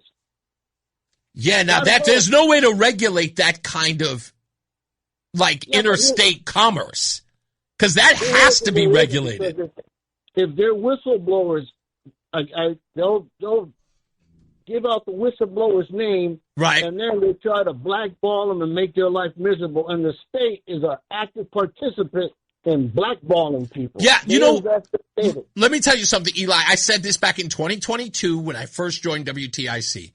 Everything I read about the cannabis industry here in Connecticut, everything sounded dirty and shady, especially the I want to say the fervor of which they were pushing it here in the state, the legislators. They just wanted every part of it, and they wanted every part of this to be passed or to get this industry underway in the state. That kind of gives you pause. It was like, wow, why are they putting so much energy into this? And there was nothing to do. It was almost the way that Lamont was pushing the green energy thing and the electric car thing. Remember that thing he was so gung-ho about? It was like nothing would deter him. It was the same case with cannabis. And I was like, something is eerie about that. Well, it did start with honest, good intentions in the medical industry. Right. But when they figured out that the profit margin in retail and they can charge top dollar, and they said, why shouldn't we? And the other thing I will admit, is they did lose, and they are losing money to the black market. Yeah, of course. I'd rather buy anyway because it's cheaper. And then Mass and New York are a big threat to Connecticut's industry. That is true. Let me ask you this, because this was something I had a discussion. I did a roundtable with John Bolton, with a couple of other people from Able Child. But I was also there with Jonathan DeBarros and D.M. Livingston, both of which are very familiar in Waterbury.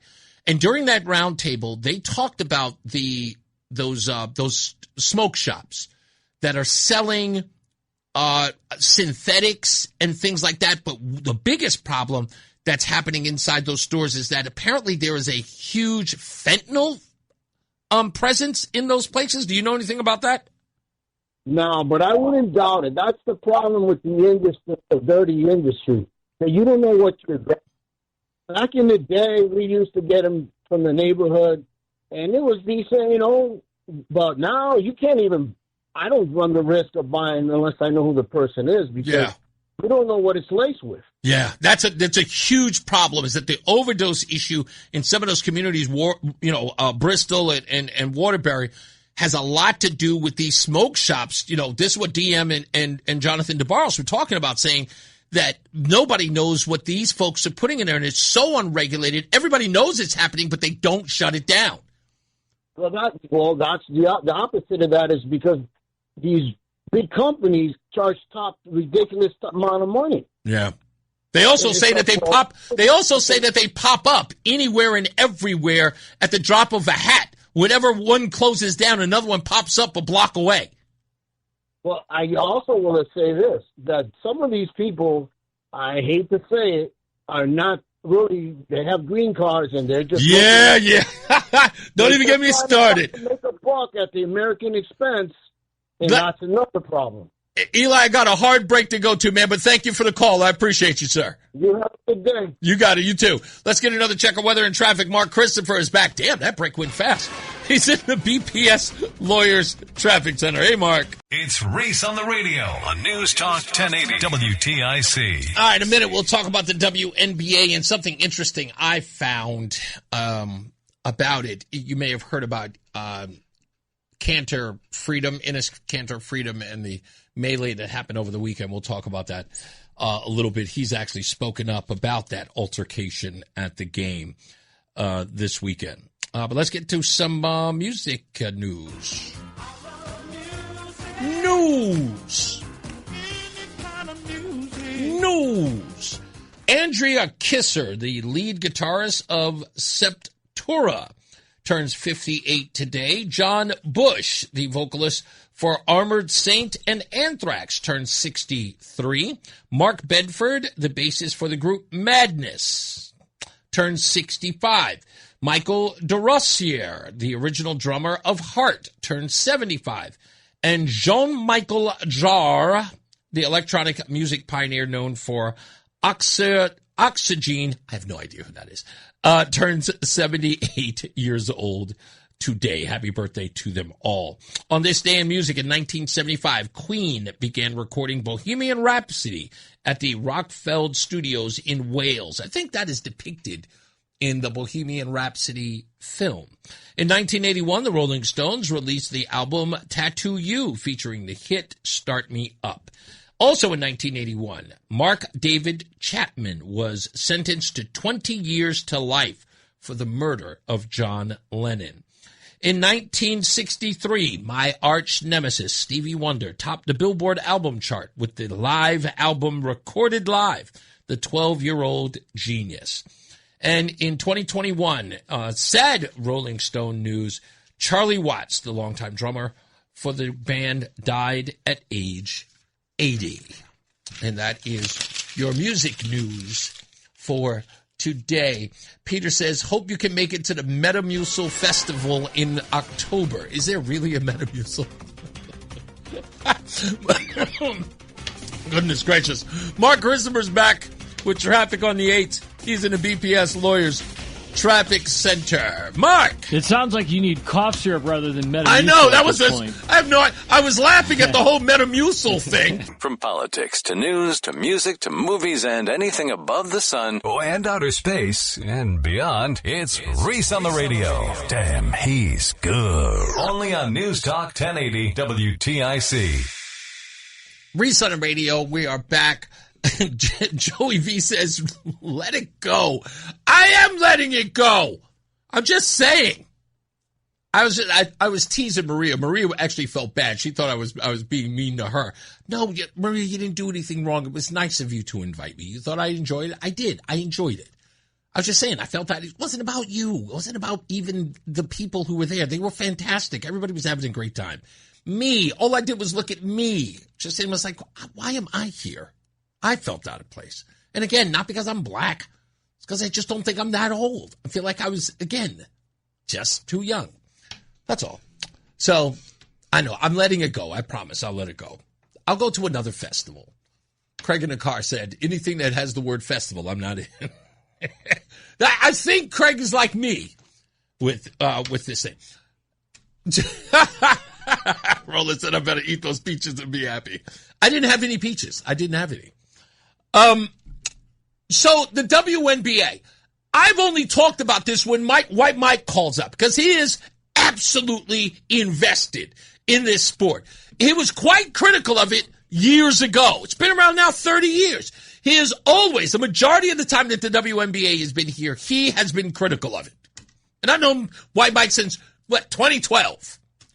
So I know his position on this. So his newfound, interest isn't baffling. Not really. I think I understand it. And I have to say it might be a good thing. It might be a good thing that people are having an argument or a debate or there's controversy that's happening in the sport, because the sport in and of itself is straight garbage. Absolute garbage. Or, as we say in Italian, garbaggio. Now, what do I mean by this? Recently, what's his name? Enes Kanter Freedom, just this weekend was at a game and got into a back and forth with a player. The woman's name is Natasha Cloud, who plays in the WNBA. He described what took place. For those of you who saw it, maybe went through your feed, here's Enes Kanter Freedom, who is applied to become a member of the WNBA because of its gender policy, said this. Sophie Cunningham shot a 3, and I put my hands up to celebrate. right? Literally a couple positions later, Natasha came back and started screaming and yelling and said, she's not going to sleep with you. I just got up, and then I was like, I'm just here to protect women, and that's all, right? And then she started to yell. She started to use some very heavy language. She started to actually cuss. And I was very shocked that there were a lot of kids and there were a lot of teenagers was at that game. And I just cannot believe that she was just cussing and using those F-bombs in front of all these kids. Now, if you heard that in the beginning, he said Natasha Cloud initiated the conversation with Enes Kanter Freedom because he cheered on Sophie Cunningham making a three. Natasha Cloud starts shouting at him, she's not going to sleep with you. In essence, saying because you cheer for her, she's not going to have sex with you. Which means the only reason why Enes Kanter Freedom would be there celebrating her is because she's an attractive woman. And saying he has eyes for her. And demeaning Sophie Cunningham in that way, or sexualizing her, was the whole purpose of making the claim. And then wanting to fight Enes Kanter Freedom by approaching him, having to be held back while she's cursing at a game that he has nothing to do with. All he did was celebrate her three-point shot. We got, came and then I was like, listen, you need to leave. I was like, can you please tell me why do I need to leave? They said, look, you just need to leave. And they literally, I don't want to say they dragged me, but like they pretty much like pushed me to leave the gym. Yeah, pushed him to leave the gym. And this has gotten a lot of attention. It's everywhere. And Zach, you're on to me. Zach figured it out. Zach says in the chat room, scallywags all, it's the most entertaining the WNBA has ever been. He's right. Ladies and gentlemen, a couple of years back, Bill Burr made this very astute observation. Look at the WNBA. Dude, nobody in the WNBA got COVID. Nobody. They've been playing in front of 300 to 400 people a night for a quarter of a century. Not to mention, it's a male-subsidized league. We gave you a league. None of you showed up. Where are all the feminists? That place should be packed with feminists. Faces painted, wearing jerseys, going nuts like the guys do. None of you went to the games. None of you. You failed them. Not me. Not men. Women failed the WNBA. Ladies, name your top 5 all-time WNBA players of all time. Come on. That's it. Name 5 WNBA teams. Name the WNBA team in your city. You can't do it. You don't give a about them. They play night in and night out in front of nobody. It's a tragedy. Right? And then meanwhile... And here it is. Meanwhile... You look at the Kardashians. They're making billions. You look at those Real Housewives shows. They're making money hand over fist. Because that's what women are watching. And the money listens. You don't want to watch this you watch this They just shoot it over there. Drowning these in money. In purses, in shoes, and Botox. It's just raining. It's raining money. You'd rather watch that Real Housewives, bunch of women just tearing each other down. Well, maybe that's why your husband left you.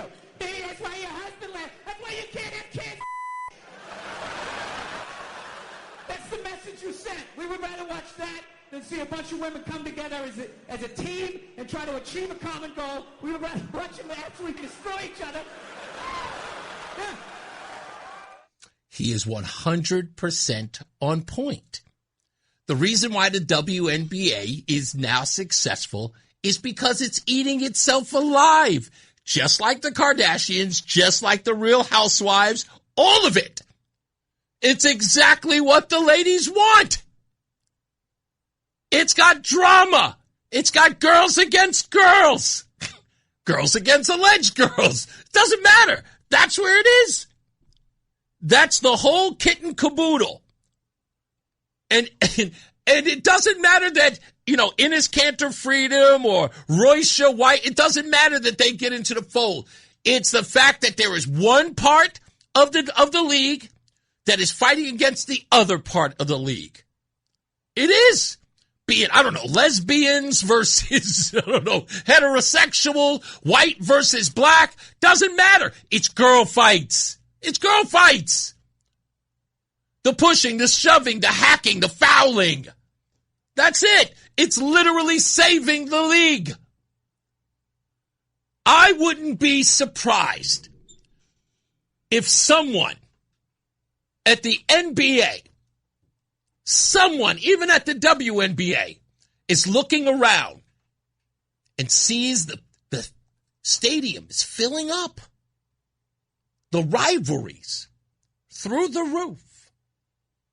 And someone going, hey, pulling a little Vince McMahon in all of this. Hey, it'd be really good. It'd be really good. Hey, you start creating the drama. You start nudging them. Hey, heard Sophie Cunningham called you the B word. Just saying. Just start putting it out there. Next thing you know, it's clotheslines, noogies, somebody's in the sleeper hold, kicking, scratching. It's real housewives with the free throws. That's all. It's the old Bumpy Johnson rule, where you can run the show, but we own the show. Yeah, you're right. Hey, Q, 100%. I think that's the way to save it. It is the most it has ever been talked about. When it was just a regular league, no one cared. No one cared. And they won't. That's all I'm saying. So, maybe, I don't know. Not that I will ever watch it. I can't do it. It's way too many missed shots. It just is. You ever sit there and you watch something and you're annoyed about it? It's like the cake is never made. Ugh. Like, when are we going to get there? Ugh.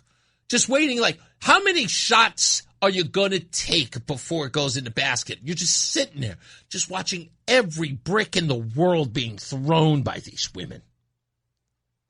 I'm just going, ugh. I'll see the highlights of a game, and they're just Galaxy squeaks one out. The score is 15-7. I don't know. Were they playing soccer? What game is this? I was watching this part. When the numbers hit 70 points, and I'm going, wow, that seems like that may have been a game. I'm usually used to 50, maybe 60 points at best. But if you really want to look at the comparison, what is the average game now in the NBA, right? We're looking at 118, 135 points. Still can't believe it. That's far, far more than I'd say. If I see a regular NBA game in the low 90s as a winning score, I go, well, what happened in this game? Who was injured? Did only the bench play? What's going on? I would love to see an old-fashioned dynasty-style cat fight in the WNBA game. Valerie, you and me both.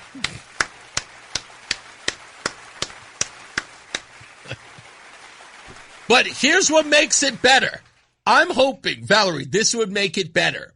I hope that the league would be so PC, so politically correct, that the male ref is not allowed to break them up should he, touch an inappropriate spot in doing so. They make a female ref do it. And then, There's 3 ladies scrapping it out. It's like, because the guys don't want to get in that scrum, right? It's a bunch of women, scrapping, grabbing each other, usually hair. The guy gets in there and he grabs him. He is going to touch someplace inappropriately. Because again, it's a cat fight. So you got to force women to break that up. Just do that. Did you see the article about Tong concealing his email? I did not. Colluding to sue Trump before he was even... No, where's... Send that story to me. Let's take a break. Let's get to the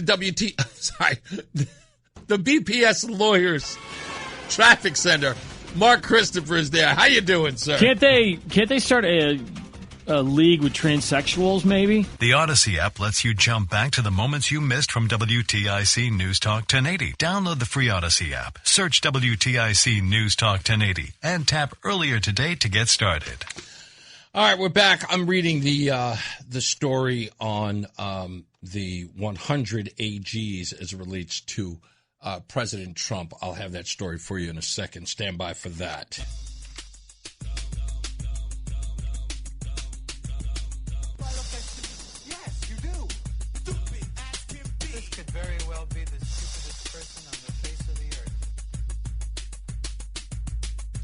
Stupidest thing I read today, last week on Newsnight. Senator Jen also was a Democrat of Georgia after he went after President Trump. On HuffPost on August 23rd, they turned it into a real-life seminar on the story.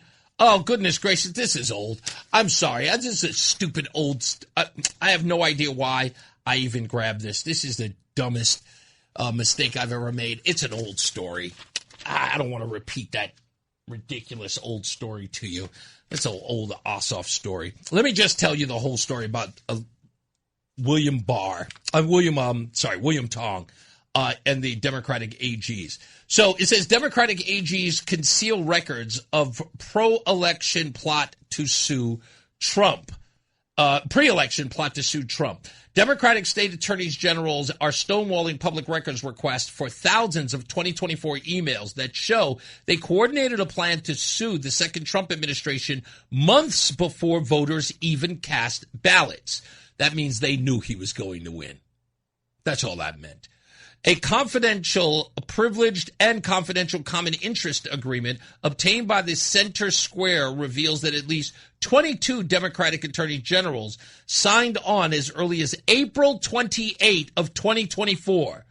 That was 3 months before Joe Biden dropped out of the race, 3 months before Kamala Harris became the nominee, and roughly 7 months before Trump won the election. 0 Republicans attorney generals signed into it. The effort carried the internal nickname as Project for Federal Accountability. The agreement explicitly aimed to let AGs share strategy while protecting materials from public disclosure.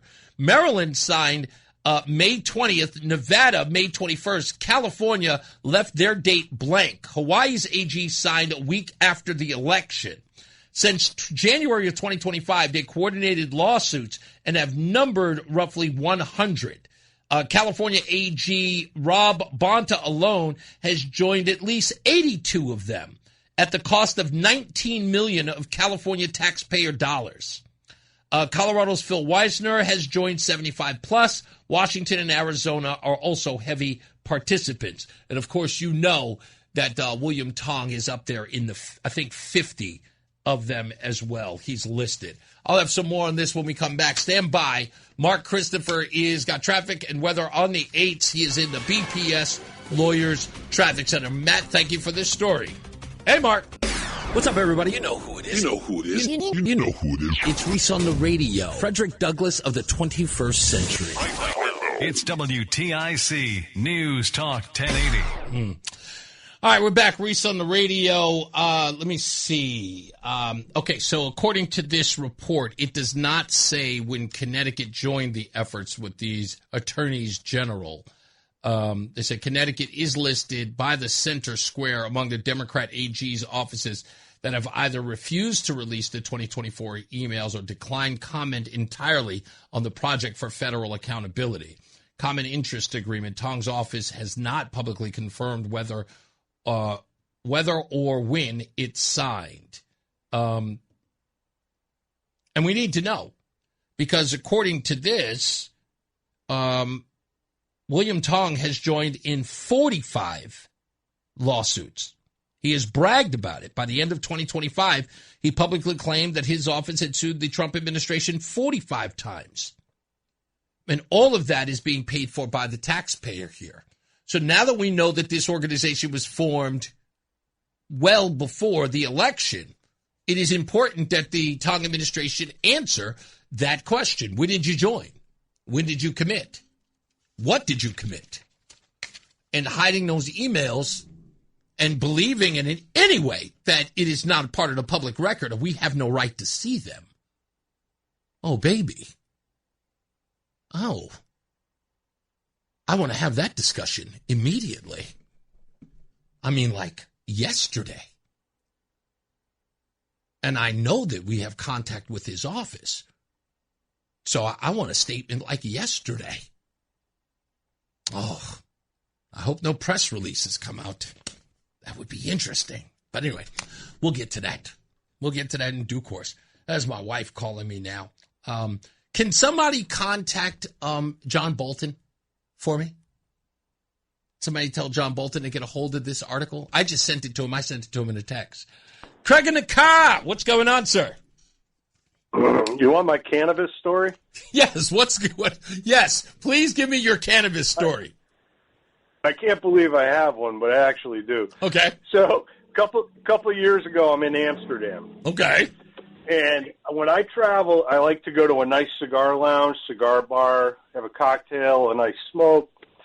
So now I'm in the cannabis capital of the universe. Yeah, very much right? so. So I Google cigar lounges. Sure enough, it pops up. The greatest cigar lounge in Europe. Okay. Is 3 miles away from the hotel. So there's no Ubers there. So, you know, I hoof it all the way 3 miles. I get to the cigar What do you mean lounge. you hoof it? You walk it? I walked it. Okay.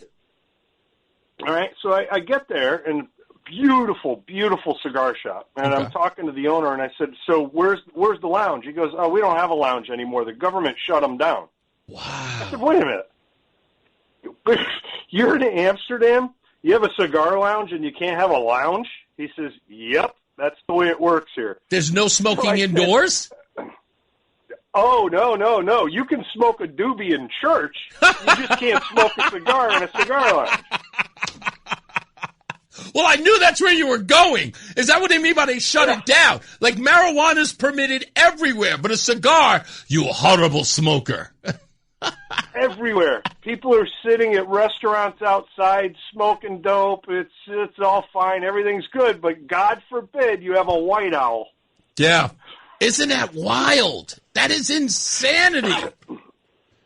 Craziest thing I've ever seen. Yeah, well, what are you going to say? Again, it's just that's exactly the place where we are today. It's just where we are. So it reminds me of Connecticut. It's like the Amsterdam of New England. It's nuts. Okay, I guess you could say that. Thank you as always, sir. Hey, you finally give me some. You finally give me some relief. I wore the shirt. I couldn't find it, but I did. I couldn't find it, but I did wear it. It wears like butter, doesn't it? It does. It's a nice feeling shirt. I love the feeling of that shirt. Thank you, sir. I appreciate the shout out. Thank you, man. No, my pleasure. Let's go to Phil. How we doing, Phil? Oh, not too bad, sir. Hey, just tuned in. I haven't heard a lot of today's show, and been mea culpa. Haven't heard a lot in the past few weeks. Been busy, but can we put out a silver alert for Frank in Woodbury?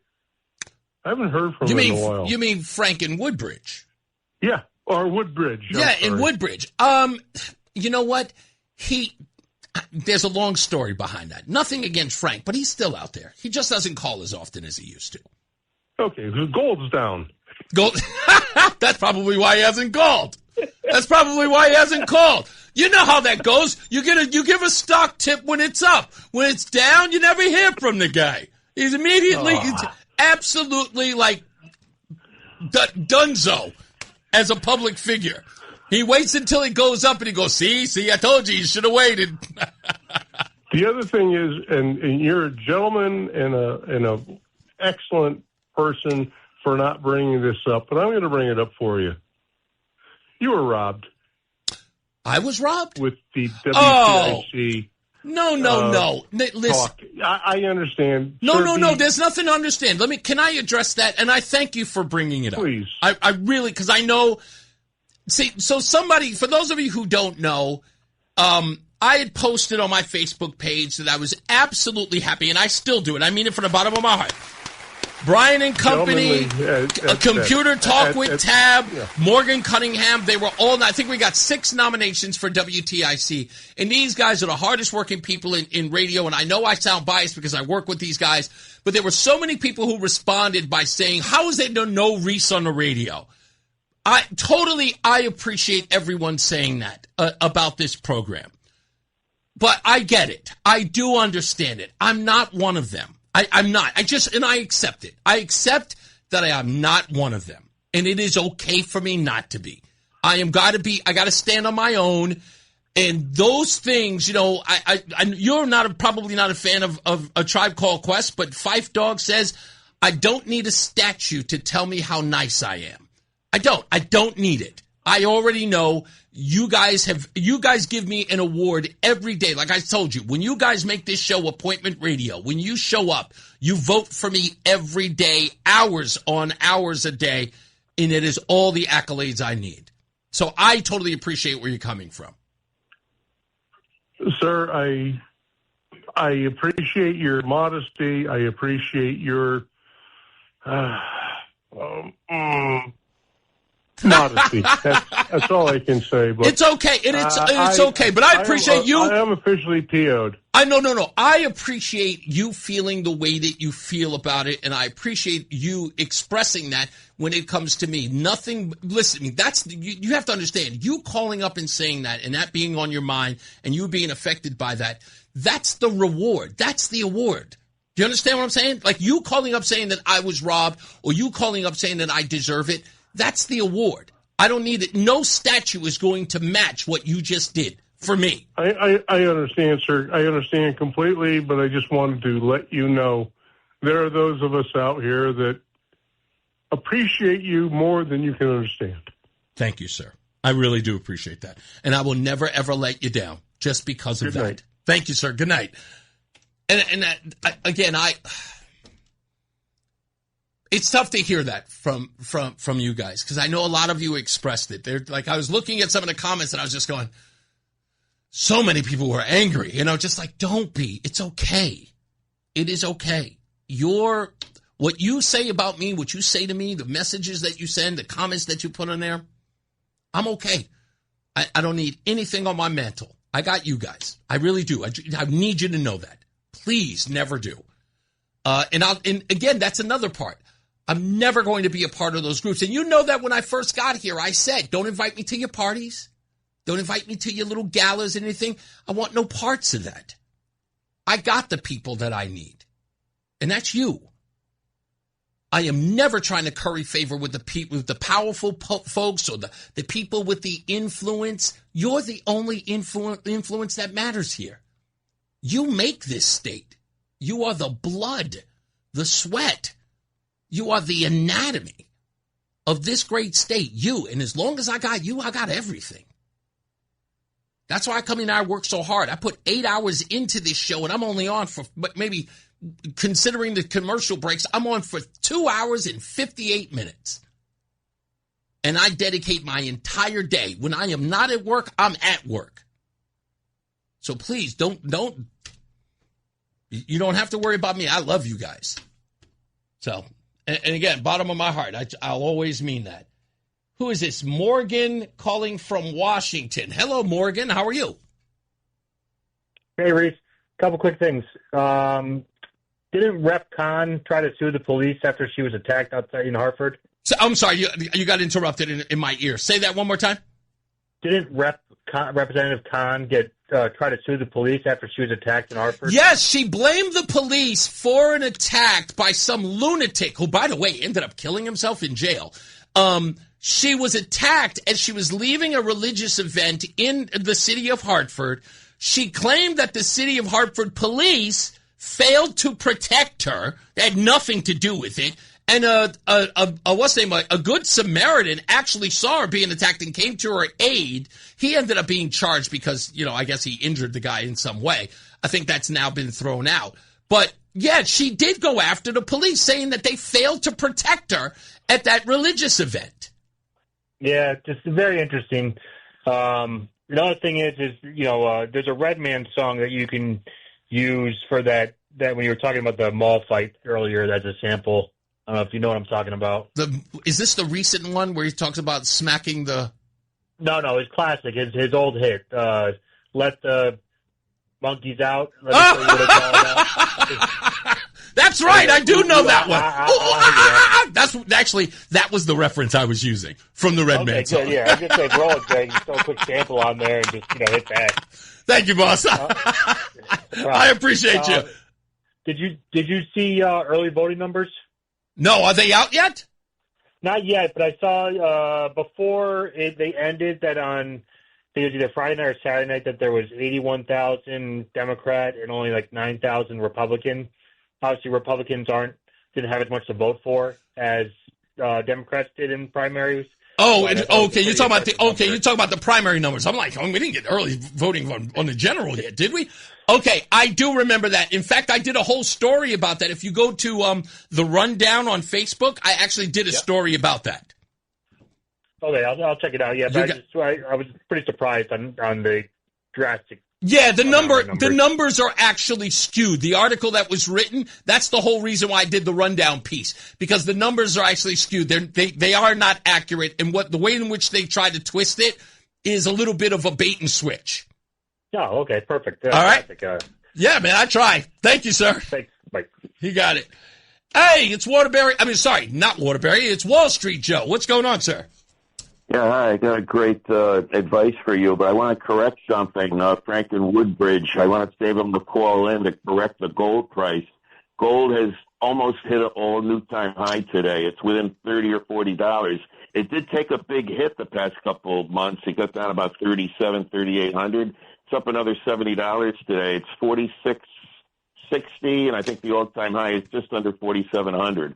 Silver's a different story. Silver's still down about $52. But that's coming back too. So gold is right near its all-time high, and it'll probably hit 5,000 before the end of the year. Okay. Just wanted to correct. That's a fact. Okay. That's in my wheelhouse. I noticed. Yeah, I know it is. What else you got for me before I let you go? All right. This is Rozan. I hope you're listening. And of course, Roland's listening. I've got a plan for you to get national attention on this WNBA stuff with the near brawls, etc. Now, you have press credentials, so you could get, just like Spike Lee at the Madison Square Garden, you could be right on courtside with the press at the Mohegan Sun, to cover a Connecticut Sun game. Now, when Indiana Fever comes in with Caitlin Clark and Montgomery, whatever her name is, you wear a Caitlin Clark jersey, wear a wig like you're a transsexual, Roseanne's your wife, and you're on the side at near midcourt with the press, screaming, cheering on Caitlin and her teammate. And when the Connecticut Sun women have had enough of you, they're going to confront you. And when they start screaming, she's not going to sleep with you, your wife will scream, no, but she's going to sleep with me. And you're going to get all these, you'll get Caitlin Clark and all the controversial people as guests on your show. You'll make national attention. How does that sound? That sounds like a brilliant idea. All but the wig part. But you know what? If it's something for fun that we could do, maybe I could consider it. So you got to wear the wig because that makes you a transsexual. That gives you more credentials. That's all it takes, apparently. Thank you, Joe. Roseanne is already your wife. She's already your wife. Thank you, Joe. All right, we got to get up out of here. As I always say, radio is free, so we thank you for paying attention. Remember to keep JC in your hearts and in your minds. Sean Patrick, we love you and we miss you. Remember that panic is not planning, so plan your work and work your plan. Me, I'm Reese on the radio. You Have a good night, a pleasant tomorrow. We'll see you back here mañana at 2 p.m. Don't be late. Mark Christopher, he's keeping you from being late to get home. He's in the BPS Lawyers Traffic Center. Good night, sir.